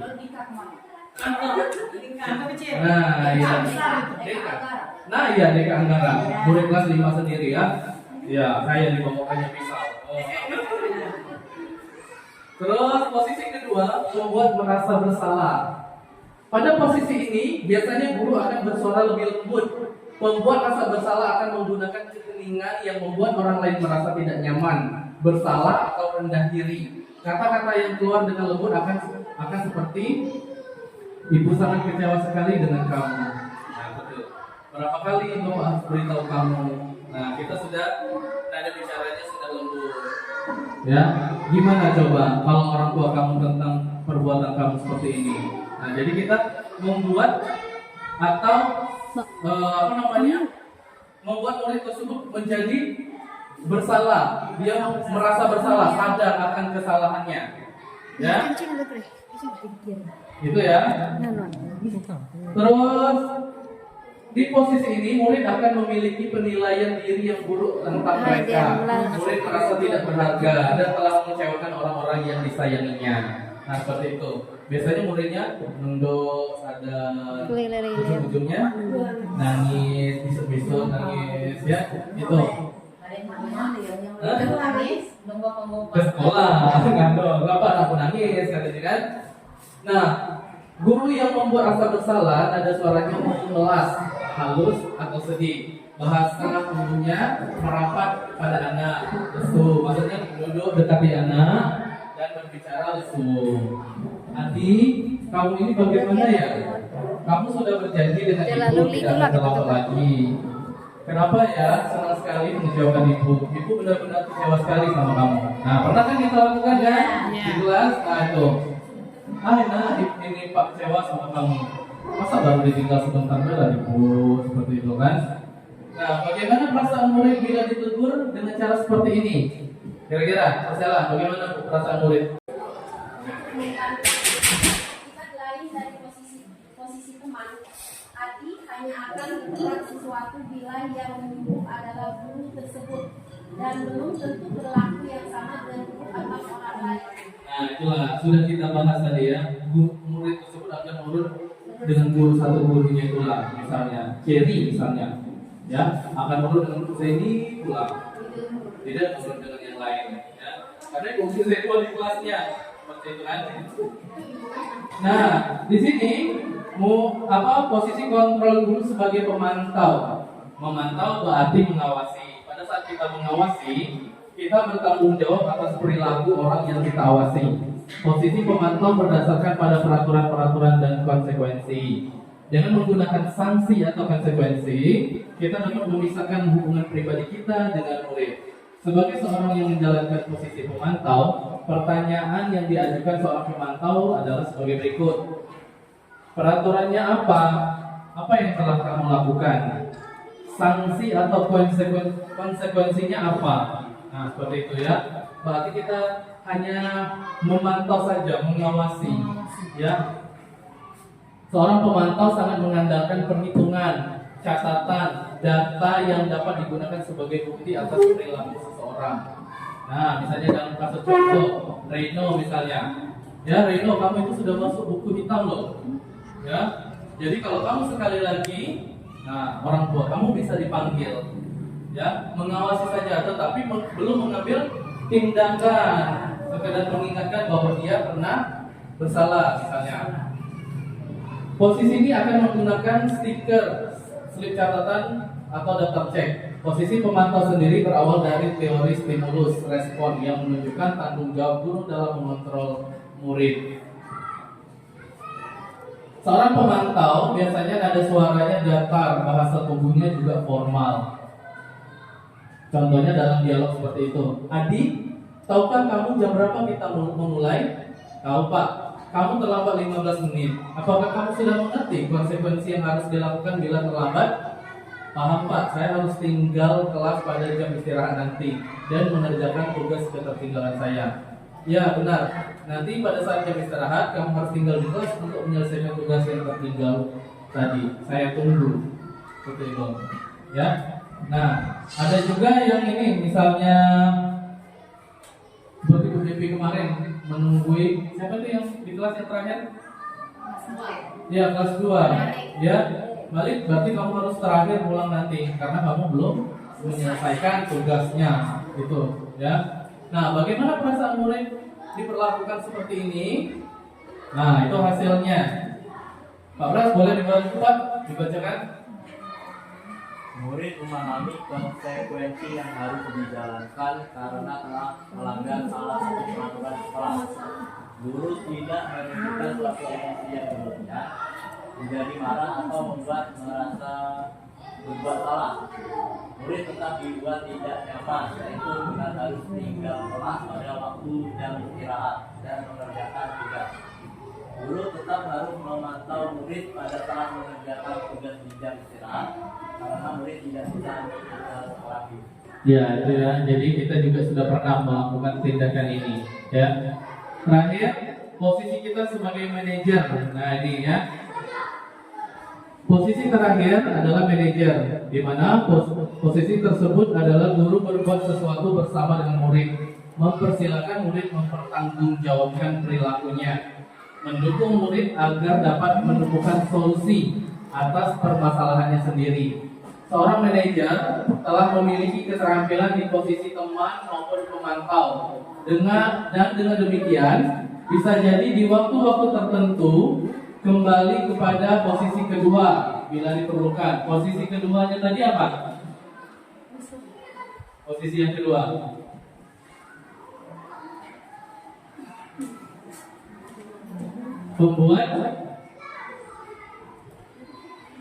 Membuat merasa bersalah. Itu posisi yang kedua. Kalau yang pertama sebagai penghukum, ya.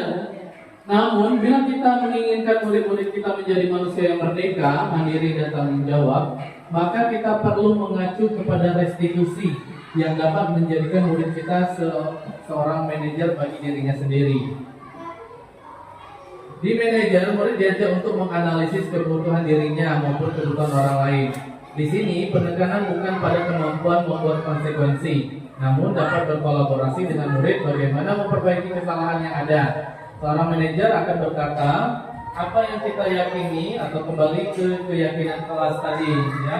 Dalam kasus contoh itu seperti yang kemarin di kantor saya memanggil apa itu, ya, menggunakan posisi sebagai manajer di situ. Apakah kamu meyakininya? Jika kamu meyakininya, apakah kamu bersedia memperbaikinya? Nah itu ya. Apa rencana kamu untuk memperbaiki hal ini? Tugas seorang manajer bukan untuk mengatur perilaku seseorang. Kita membimbing murid untuk dapat mengatur dirinya. Seorang manajer memisahkan murid dari kelompoknya, tetapi mengembalikan murid tersebut ke kelompoknya dengan lebih baik dan kuat. Bisa jadi dalam praktik penerapan disiplin sehari-hari, kita akan kembali ke posisi teman atau pemantau, karena murid yang ditangani belum siap diajak berdiskusi atau diundang melakukan restitusi. Namun perlu disadari, tujuan terakhir dari 5 posisi kontrol seorang guru dapat mencapai adalah pencapaian posisi manajer yang bisa menyelesaikan masalah, ya. Di mana posisi inilah murid dapat menjadi pribadi mandiri, merdeka dan bertanggung jawab atas segala perilaku dan sikapnya, yang pada akhirnya dapat menciptakan lingkungan yang positif dan aman. Nah, untuk posisi nomor 5 ini, bagaimana Bu Nora tanggapannya? Ibu kan ibaratnya sebagai manajer di sekolah dan kami sebagai muridnya seperti itu. Bagaimana tanggapan Ibu atas peran ini? Tanggapan saya sebagai manajer sama sebagai ibu mengharapkan, istilahnya saya juga mengharapkan berarti tidak berharap. Di kantor saya memanggil apa itu, ya, menggunakan posisi sebagai manajer di situ. Apakah kamu meyakininya? Jika kamu meyakininya, apakah kamu bersedia memperbaikinya? Nah itu ya. Apa rencana kamu untuk memperbaiki hal ini? Tugas seorang manajer bukan untuk mengatur perilaku seseorang. Kita membimbing murid untuk dapat mengatur dirinya. Seorang manajer memisahkan murid dari kelompoknya, tetapi mengembalikan murid tersebut ke kelompoknya dengan lebih baik dan kuat. Bisa jadi dalam praktik penerapan disiplin sehari-hari, kita akan kembali ke posisi teman atau pemantau, karena murid yang ditangani belum siap diajak berdiskusi atau diundang melakukan restitusi. Namun perlu disadari, tujuan terakhir dari 5 posisi kontrol seorang guru dapat mencapai adalah pencapaian posisi manajer yang bisa menyelesaikan masalah, ya.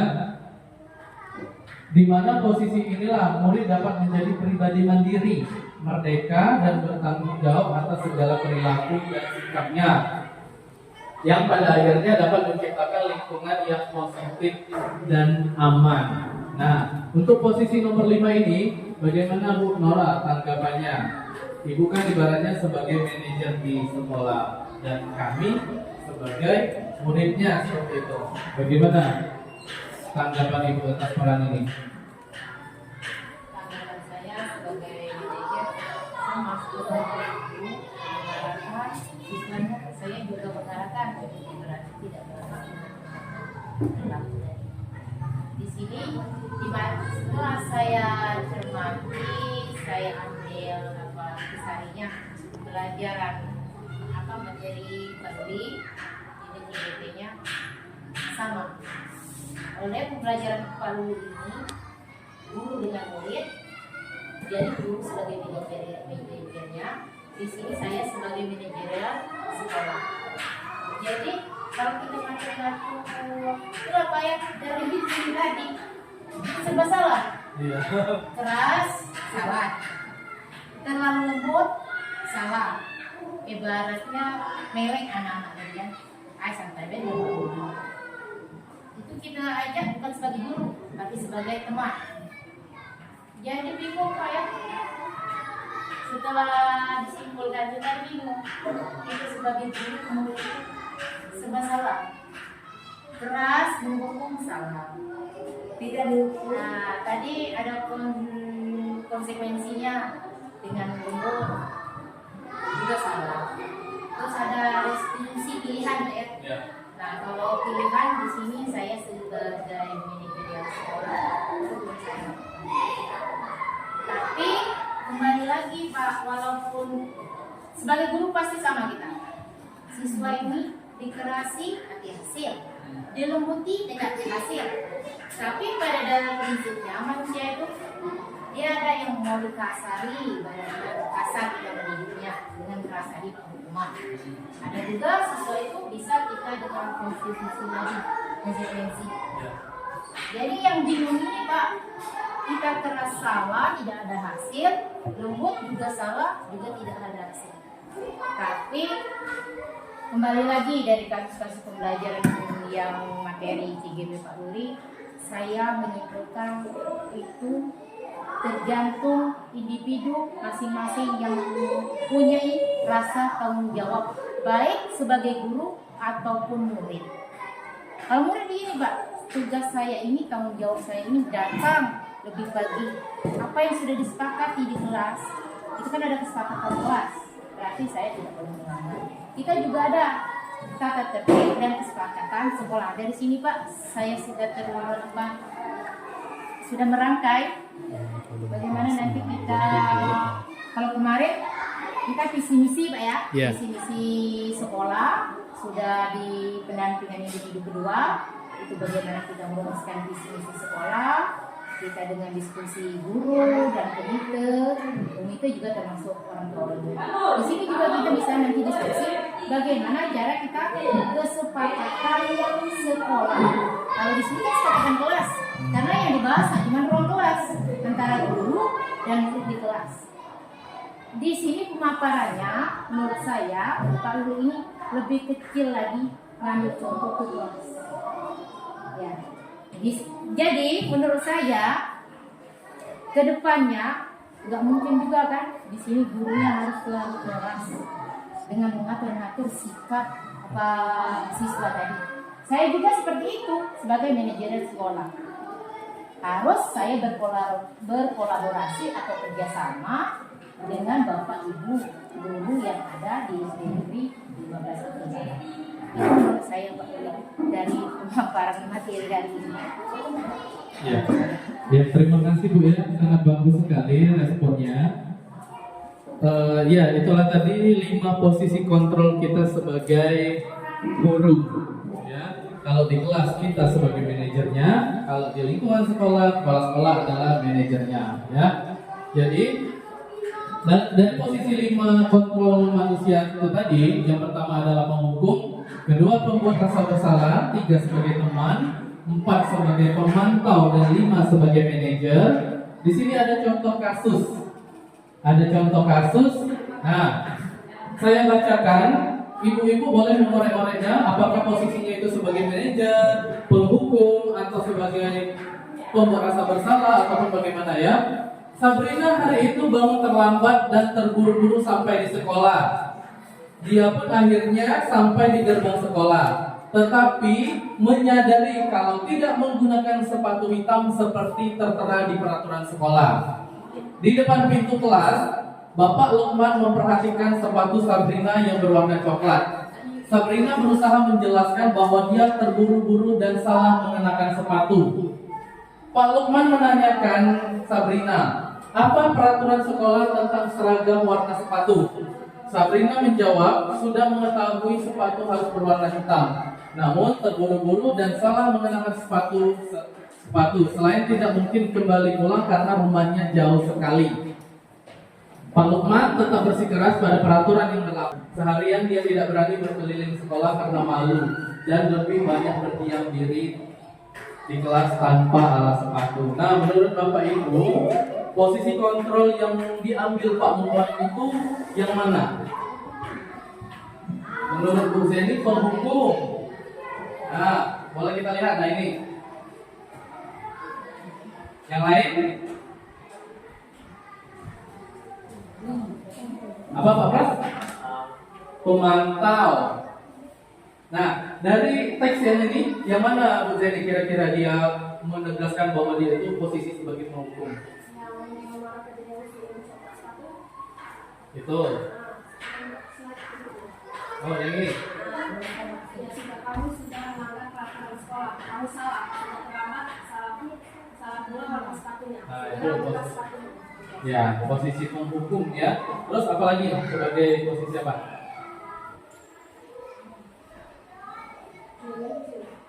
Manajer dari teks yang ini ya. Yang menegaskan bahwa dia itu sebagai manajer itu yang mana ya?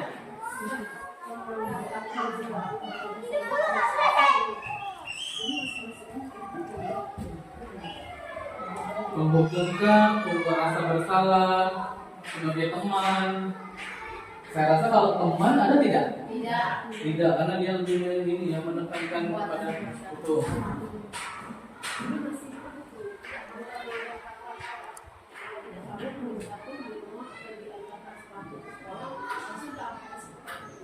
Penghukum, menurut Ibu? Penghukum, berarti sebagian bahwa penghukum. Kita lihat ya. Di sini, nah, dalam kasus di atas, sikap posisi apakah yang diambil oleh Pak Lukman? Jelaskan indikatornya sebagai penghukum. Ya sudah, kamu sudah melanggar peraturan sekolah, kamu salah, sudah terlambat, salah pula warna sepatunya. Nah, di situ dia menghukum, mengejas bahwa murid itu memang benar-benar salah, seperti karena dia telah melanggar peraturan sekolah. Dan indikatornya menggunakan hukuman verbal, omongan, ya, perkataan dengan nada suara tinggi dan menghardik. Nah, itu posisinya sebagai penghukum. Segera buka sepatumu kalau tidak bisa menggunakan warna sepatu sesuai. Nah, itu ya. Nah, terus dalam kasusnya selanjutnya, nah di sini sebagai pemantau ada juga. Tidak, kamu telah melanggar peraturan sekolah. Kalau tidak sanggup ambil sepatu di rumah atau di atas sepatu sekolah, ya sudah, kamu tidak bersepatu saja seharian di sekolah. Sekarang copot sepatumu dan silakan belajar tanpa sepatu seharian. So, posisi pemantau ya. Indikatornya bertindak sesuai aturan, nada suara datar, tidak menunjukkan emosi yang berlebihan. Terus ada juga, nah bila Bapak Lukman mengambil posisi sebagai seorang manajer, apa yang akan dikatakannya? Seperti apakah yang diajukan ke Sabrina? Jelaskan. Nah, ini dia bertanya menstabilkan identitas dulu ya. Nah, menstabilkan identitas maksudnya itu menstabilkan suasana. Ya, Sabrina, mengapa datang terlambat? Memang dia di teks tidak ada dijelaskan, ya. Tapi bisa dikembangkan, bisa dieksplor lagi dengan posisi sebagai manajer tadi ya, karena dia ibaratnya itu wali kelasnya ataupun apalah ya. Mengapa tidak menggunakan sepatu sesuai aturan sekolah? Nah, validasi tindakan yang salah kita memang benar-benar meyakinkan atau memvalidasi bahwa kegiatan tindakan yang dia lakukan tersebut salah. Sabrina, kamu tentu punya alasan mengapa tidak menggunakan sepatu hitam. Nah, Sabrina nampak terburu-buru supaya tidak terlambat ke sekolah. Nah, itu ya. Terus yang terakhir, menanyakan keyakinan dengan bertanya. Sabrina, kamu sudah tahu keyakinan sekolah yang sudah disepakati. Menurut kamu, keyakinan sekolah apa yang telah kamu langgar? Nah, seperti itu. Bisa kita eksplor lagi, ya. Apakah kamu bersedia untuk memperbaiki kesalahan ini? Nah, itu. Apakah apa yang kamu lakukan agar tidak terlambat lagi? Nah, jadi kita dengan cara 3 inilah, ya. Segitiga restitusi tadi inilah, menstabilkan identitas, validasi tindakan yang salah, dan menanyakan keyakinan. Ya. Nah, kira-kira bila ada kepala sekolah di sekolah tersebut, nilai kebajikan apa yang ingin dituju oleh peraturan harus berwarna hitam? Ada 4: disiplin, kesetaraan, tanggung jawab, dan kesederhanaan. Bisa dibantu dijelaskan? Siapa yang bisa? Yang pertama, disiplin. warna hitam. Iya. Nilai kebajikan. Bisa dibantu yang mana? Pilih salah satu. Warna hitam. Iya. Yang lain dulu sih. Kalau Yang lain boleh milih salah satu. Mau disiplin dulu, tanggung jawab, atau kesetaraan, sederhanaan yang mana? Ya, apa Bu? Kesetaraan dan warna sepatu yang sama tidak membedakan itu tingkatan sosial mereka. Tingkatan status kalian dari sini ya. Setara sama hitam semua. Oke, itu untuk Bu Teni ya. Boleh tepuk tangan untuk Bu Teni. Ya, sudah menjawab. Terima kasih Bu. Terus yang lainnya yang 3, boleh dibantu? Disiplin, tanggung jawab, dan kesederhanaan. Kesederhanaan Pak ya. Silakan. Kalau warna hitam ya mungkin lebih terlihat tidak mencolok. Kalau laki warna merah terlalu mencolok. Iya, ya, jadi kesannya lebih mahal sepatunya ya, terlihat ya. pakai bling-bling. Nah, ya benar. Apalagi yang kalau di India ada lampunya. Nah, Iya. atau keluar suaranya seperti itu. Ya, disiplin dan tanggung jawab lagi. Disiplin. Ya, atau Ibu boleh. Disiplin kita kan punya peraturan. Mm-mm. Peraturan sekolah. Itu 30 Einstein bel. Ya, Apa? Jadi nah, apa tadi?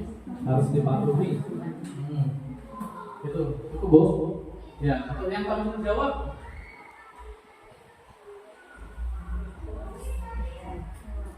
Ya, untuk yang tanggung jawab, paling tidak Sabrina itu bisa bertanggung jawab terhadap dirinya sendiri, ya, dengan bangun lebih pagi supaya tidak salah sepatunya yang dipakai, ya.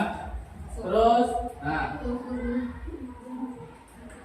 bila ya dari pertanyaan itu kan Pak Lukman ya tadi, Pak Lukman tadi menghukum Sabrina, dan jika Anda kepala sekolah, ya, sikap yang dilakukan Pak Lukman itu apa tanggapan Bapak Ibu? Kira-kira sudah benar atau belum dia itu? Yang diindahkan yang diatur Pak Lukman tadi.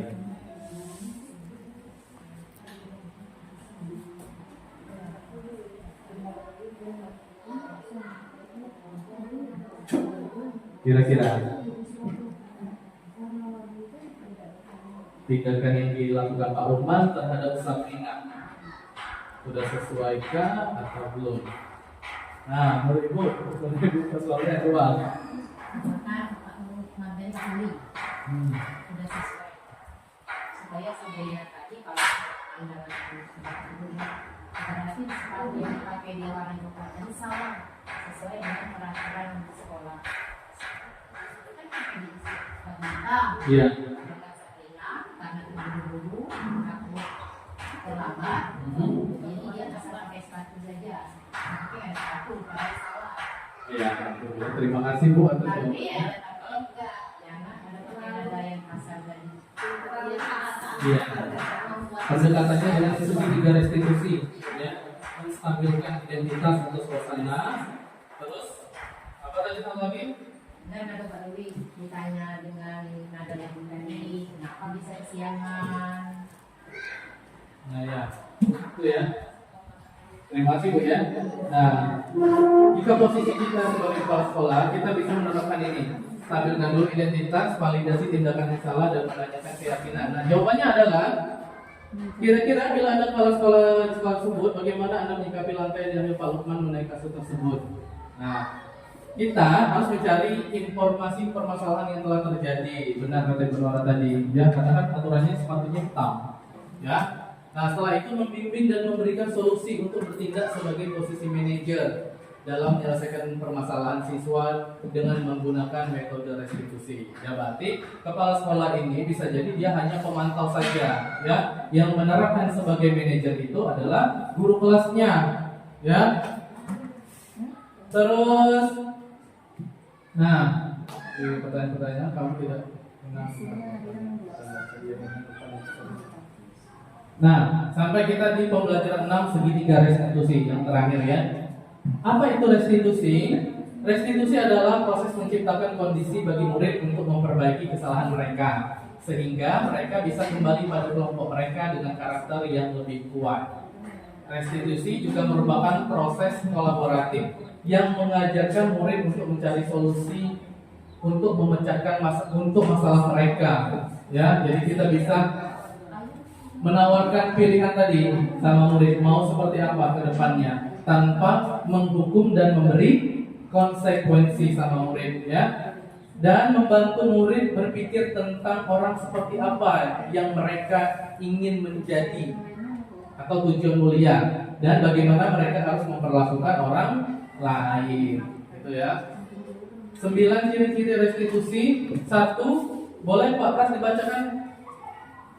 1, bukan untuk menebus kesalahan, namun untuk belajar dari kesalahan. Ya. Kedua, memperbaiki hubungan. 3, tawaran, bukan paksaan. 4, restitusi, menuntun untuk melihat ke dalam diri. 5, restitusi, mencari kebutuhan dasar yang mendasari tindakan. 6, restitusi diri adalah cara yang paling baik. 7, restitusi fokus pada karakter bukan tindakan. 8, restitusi fokus pada solusi. Terakhir, restitusi mengembalikan murid yang berbuat salah menjadi lebih baik pada kelompoknya. Nah, iya. Seperti yang kasus yang kemarin waktu di kantor, ya, yang waktu Rafa saya panggil. Nah, di situ kan apa namanya? Tawaran, bukan paksaan. Ya, saya mengatakan di sini Pak bukan menghukum Rafa, bukan apa namanya? Menyalahkan Rafa, tetapi kita mencari solusinya atas perbuatan yang Rafa lakukan yang tidur di dalam kelas tadi. Nah, mau seperti apa ke depannya Rafa? Ya, kita menawarkan. Jadi mereka anak-anak bisa ini dia berfokus pada karakter mereka sendiri, menyadari ingin jadi seperti apa sih murid itu ke depannya, ya kan? Bukan kehendak guru saja. Kalau cuma kehendak guru, untuk apa restitusi? Seperti itu, ya kan? Nah, segitiga restitusi ada 3 sama saja, menstabilkan identitas, validasi tindakan yang salah, dan menanyakan keyakinan. Nah, menstabilkan identitas, kamu tentu punya alasan mengapa kamu melakukan hal tersebut, ya kan? Berarti kita tuh apa namanya ngajak murid berbicara santai. Kenapa sih melakukan itu, ya kan? Sudah tahu kan, sadar kan bahwa itu memang salah, seperti itu, ya. Nah, dalam posisi menstabilkan identitas, guru itu harus berkata, berbuat salah itu hal yang manusiawi. Ya, jadi jangan seolah-olah mengejas murid itu salah 100%. Ya. Nah, tidak ada manusia yang sempurna. Itu kata-katanya, ya. Bapak atau ibu juga pernah melakukan kesalahan. Jadi, kalau anak-anak berbuat kesalahan itu paling itu hal yang manusiawi. Tapi tidak boleh dilakukan terus-menerus, ya. Kita pasti bisa menyelesaikan permasalahan ini. Nah, itu ya, bapak atau ibu tidak tertarik untuk mencari tahu siapa yang benar dan siapa yang salah. Dia tidak mau gurunya itu, kamu salah muridnya, gurunya yang benar, ya. Kalau kamu menyalahkan dirimu sendiri terus menerus, apakah kamu bersikap baik pada dirimu sendiri? Ya tentu tidak, ya. Itu. Ini posisi kita menstabilkan identitas. Jadi jangan ada kata mengejas murid itu salah 100%, ya. Nah, tidak ada manusia yang sempurna. Itu kata-katanya, ya. Bapak atau ibu juga pernah melakukan kesalahan. Jadi, kalau anak-anak berbuat kesalahan itu paling itu hal yang manusiawi. Tapi tidak boleh dilakukan terus-menerus, ya. Kita pasti bisa menyelesaikan permasalahan ini. Nah itu ya, bapak atau ibu tidak tertarik untuk mencari tahu siapa yang benar dan siapa yang salah. Dia tidak mau gurunya itu, kamu salah muridnya, gurunya yang benar ya. Kalau kamu menyalahkan dirimu sendiri terus menerus, apakah kamu bersikap baik pada dirimu sendiri? Ya tentu tidak ya. Betul. Ini posisi kita menstabilkan identitas. Jadi jangan ada kata marah, berhukum, hardik ataupun apa ya. Terus validasi kebutuhan. Nah, kamu bisa saja kan melakukan hal yang lebih buruk, tapi kamu tidak melakukannya. Seperti yang Rafa kemarin tidur di kelas ya. Kita tanya, Rafa pasti bisa saja melakukan hal-hal yang lain, mengganggu teman. Nah, tapi kamu tidak melakukannya kan? Pasti kamu punya alasan kenapa kamu melakukannya. Yang tidur kemarin itu. Apa yang penting bagi kamu? Terus kamu boleh tetap berusaha menjaga sikap itu, tapi tambahan sikap yang lain yang baru ya. Dan ada juga, maukah kamu belajar cara lain untuk mendapatkan yang kamu butuhkan tanpa harus memukul atau kasusnya memukul ini misalnya. Terakhir, apakah kamu bisa melakukan dengan lebih baik besok lagi? Nah, kita tanyakan sama muridnya itu. Terus untuk menanyakan keyakinan, apa nilai-nilai yang kita percaya di kelas sekolah kita, nilai-nilai universal, apa yang kita sepakati, misalnya kesepakatan kelas tadi, keyakinan kelas. Kamu ingin menjadi anak seperti apa ke depannya, seperti itu ya. Dan apa yang kamu rasakan ketika kamu melakukan itu? Kamu menjadi orang seperti apa? Tentunya murid akan menjadi merasa bersalah, terus sadar akan kesalahannya gitu ya. Nah, setelah refleksi ini ya. Nah, di sini kita merefleksi hal baru apa yang mengubah paradigma saya yang saya dapatkan dari pembelajaran yang ini tadi. Boleh dibantu jawabnya?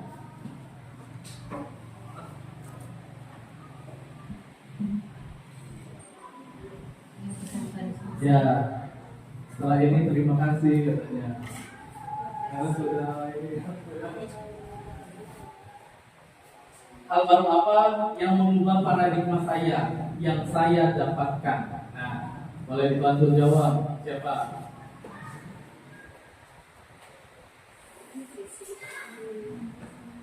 Coba Pak. Ya, boleh Bu. Kalau kita ambil dari sisi tadi, kemungkinan kita ini merubah sikap kita terhadap murid di kelas seperti tadi Pak ya.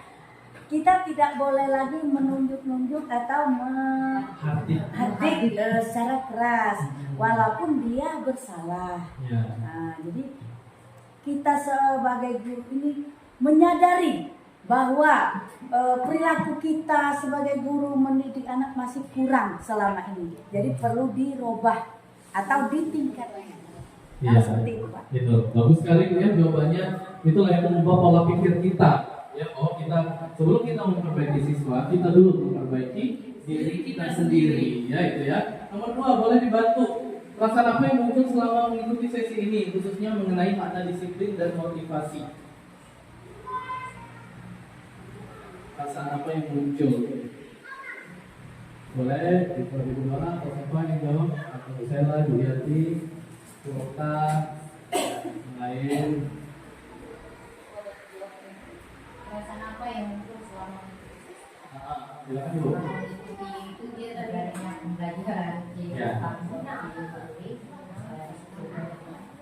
perasaan yang muncul apa kedisiplinan kita terutama di satuan pendidikan SMP 15 ini sangat terutama ya kan sudah umum 30 tank dia itu masih kurang. Jadi kedepannya Insya Allah kita sama-sama meningkatkan seluruh komponen yang ada di SD Negeri 15 Tiga Barat ini untuk menuju disiplin. Kalau menurut saya. Iya, disiplin ya. Sudah berulang-ulang kali kepala sekolah kita menyampaikan disiplin mengenai waktu. Ya, ya memang kalau ibu kepala sekolah sendiri yang melakukan, tentu tidak bisa berjalan. Harus berkolaborasi dengan kita. Kita sebagai guru membantu ya apa yang diinginkan oleh kepala sekolah dengan cara apa? Dengan misalnya tadi dengan datang tepat waktu, ya. Bagus sekali Bu ya, terima kasih jawabannya. Nomor 3, peran Among seperti apa yang saya telah lakukan selama mengikuti modul ini? Dan sebagai teman atau sahabat. Peran sebagai Teman atau sahabat. teman atau sahabat, boleh juga. Yang lain?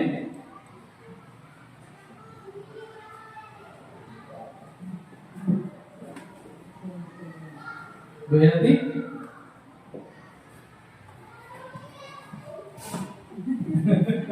Ngantuk Bu ya. Nah yang terakhir langsung saja ya. Saya akan menjadi Among seperti apakah setelah mengikuti modul ini? Nah, kita akan menjadi orang seperti apa? Ya tentunya dengan karakter kita yang baru. Ya, setelah misalnya kita mendapatkan materi ini hari ini, jangan cuma selesai di kelas ini saja. Ya, kita terapkan esok hari. Kalau bisa diterapkan langsung, itu sangat bagus sekali. Tetapi kalau tidak bisa secara langsung, step by step, ya, atau bertahap demi bertahap, selangkah demi selangkah kita merubah.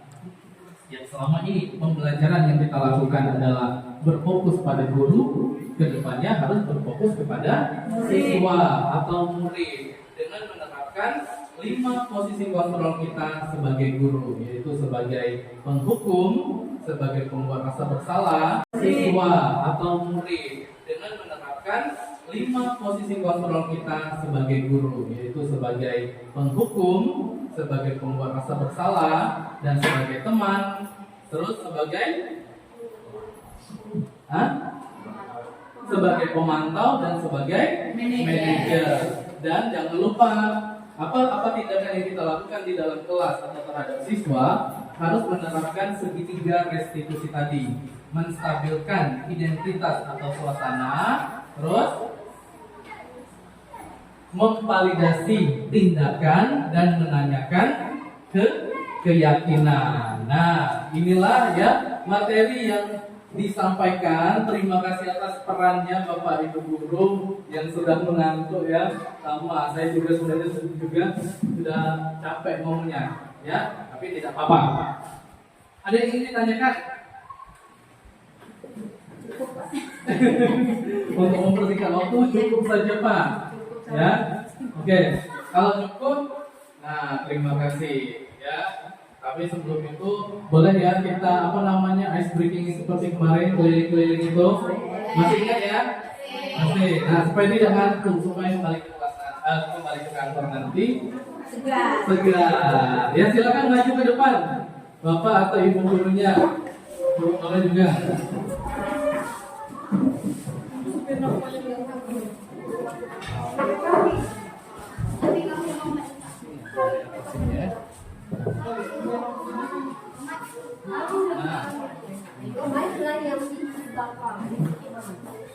Ya, sering-sering nulis seperti ini. Nah, silakan. Yang belum bagian. Hah? Ya, boleh lingkarannya Bu, jangan terlalu dekat dan jangan terlalu jauh. Ya, terlalu dekat jangan. Yang sedang Mundur lagi Pak, agak lebar dikit. Nah, jadi peraturannya untuk yang belum tahu kemarin siapa Bu Yati ya?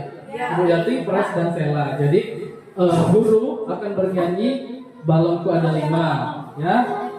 Ketika ada perintah door, yang di door ini duduk Bu, seandainya duduk. Nah, yang kiri kanannya duluan menyebutkan nama temannya. Siapa yang misalnya Ibu Nora nyebutnya Ibu Helma. Nah, Ibu Helma kan mendengar sedikit agak bentakan seperti itu, mungkin dia blank, ya, mungkin dia tidak fokus, lengah. Nah, jadi dia bingung mau jawab apa. Nah, jadi Ibu Helma kalah, silakan menepi, ya. Itu ya Bu Yati.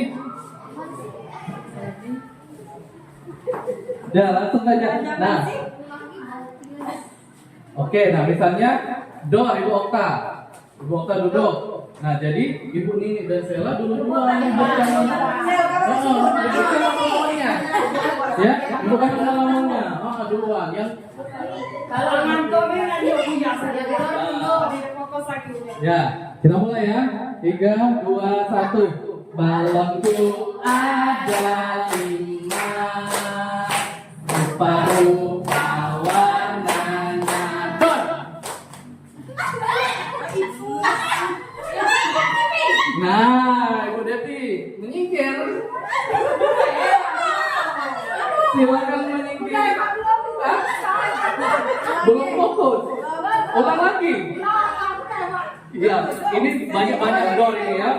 Ya, rupa-rupa warnanya, jika kuning kelabu dor. Nah, kelas kalah menyingkir. Nah, laki-laki satu-satunya sudah tumbang. Merah muda dan biru, meletus balon hijau dan. Siapa yang duluan?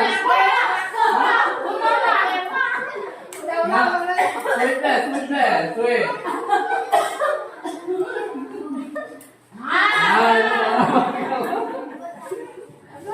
Balonku tinggal 4, dipegang erat-erat don.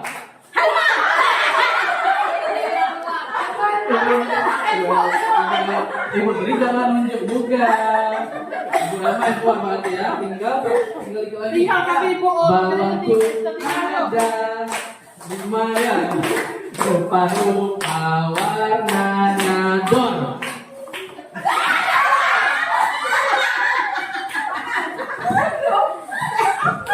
Oh, kalah. Ibu Boti memanfaatkan kesempatan ya. Saya lengah langsung dia. Ya, tegak Bu. Ini dah sakit puan. Kamu mana tadi?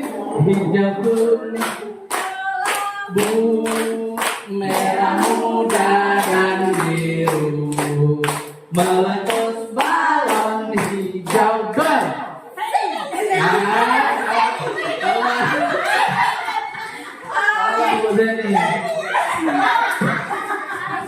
Hatiku sangat kacau, balonku tinggal 4 dot.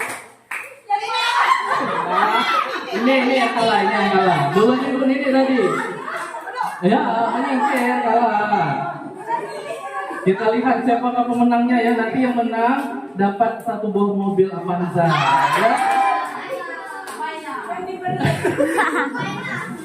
Balonku tinggal 4, ku pegang erat-erat don. Nah, Devi kalah. Cuma menyebut saya bu aja.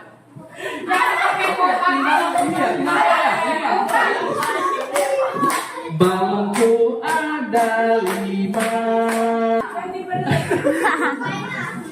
balonku tinggal 4, ku pegang erat-erat don. Nah, Devi kalah. Cuma menyebut saya bu aja.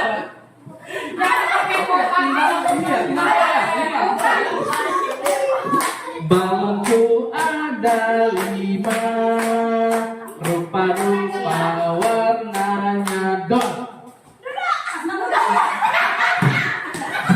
Ibu apa dulu? Ibu Dini yang menang. Nah, berarti menyingkir. 3 lagi ya. 3 lagi. Ketika tinggal 2, sulit saja nanti yang menentukan pemenang utama.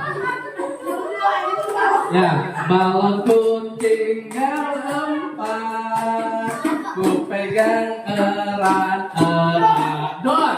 Ini gimana? Nah, cepat ya jalan. Ini gimana? Nah, itu kalah. Itu Okta menangnya.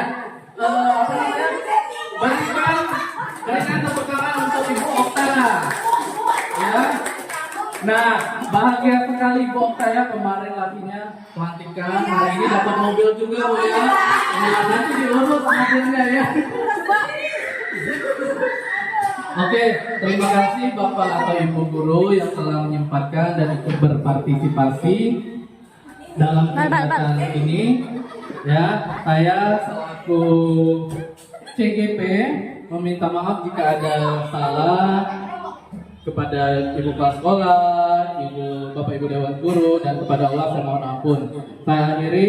Wassalamualaikum warahmatullahi wabarakatuh. Ya, beri aplaus untuk kita semua.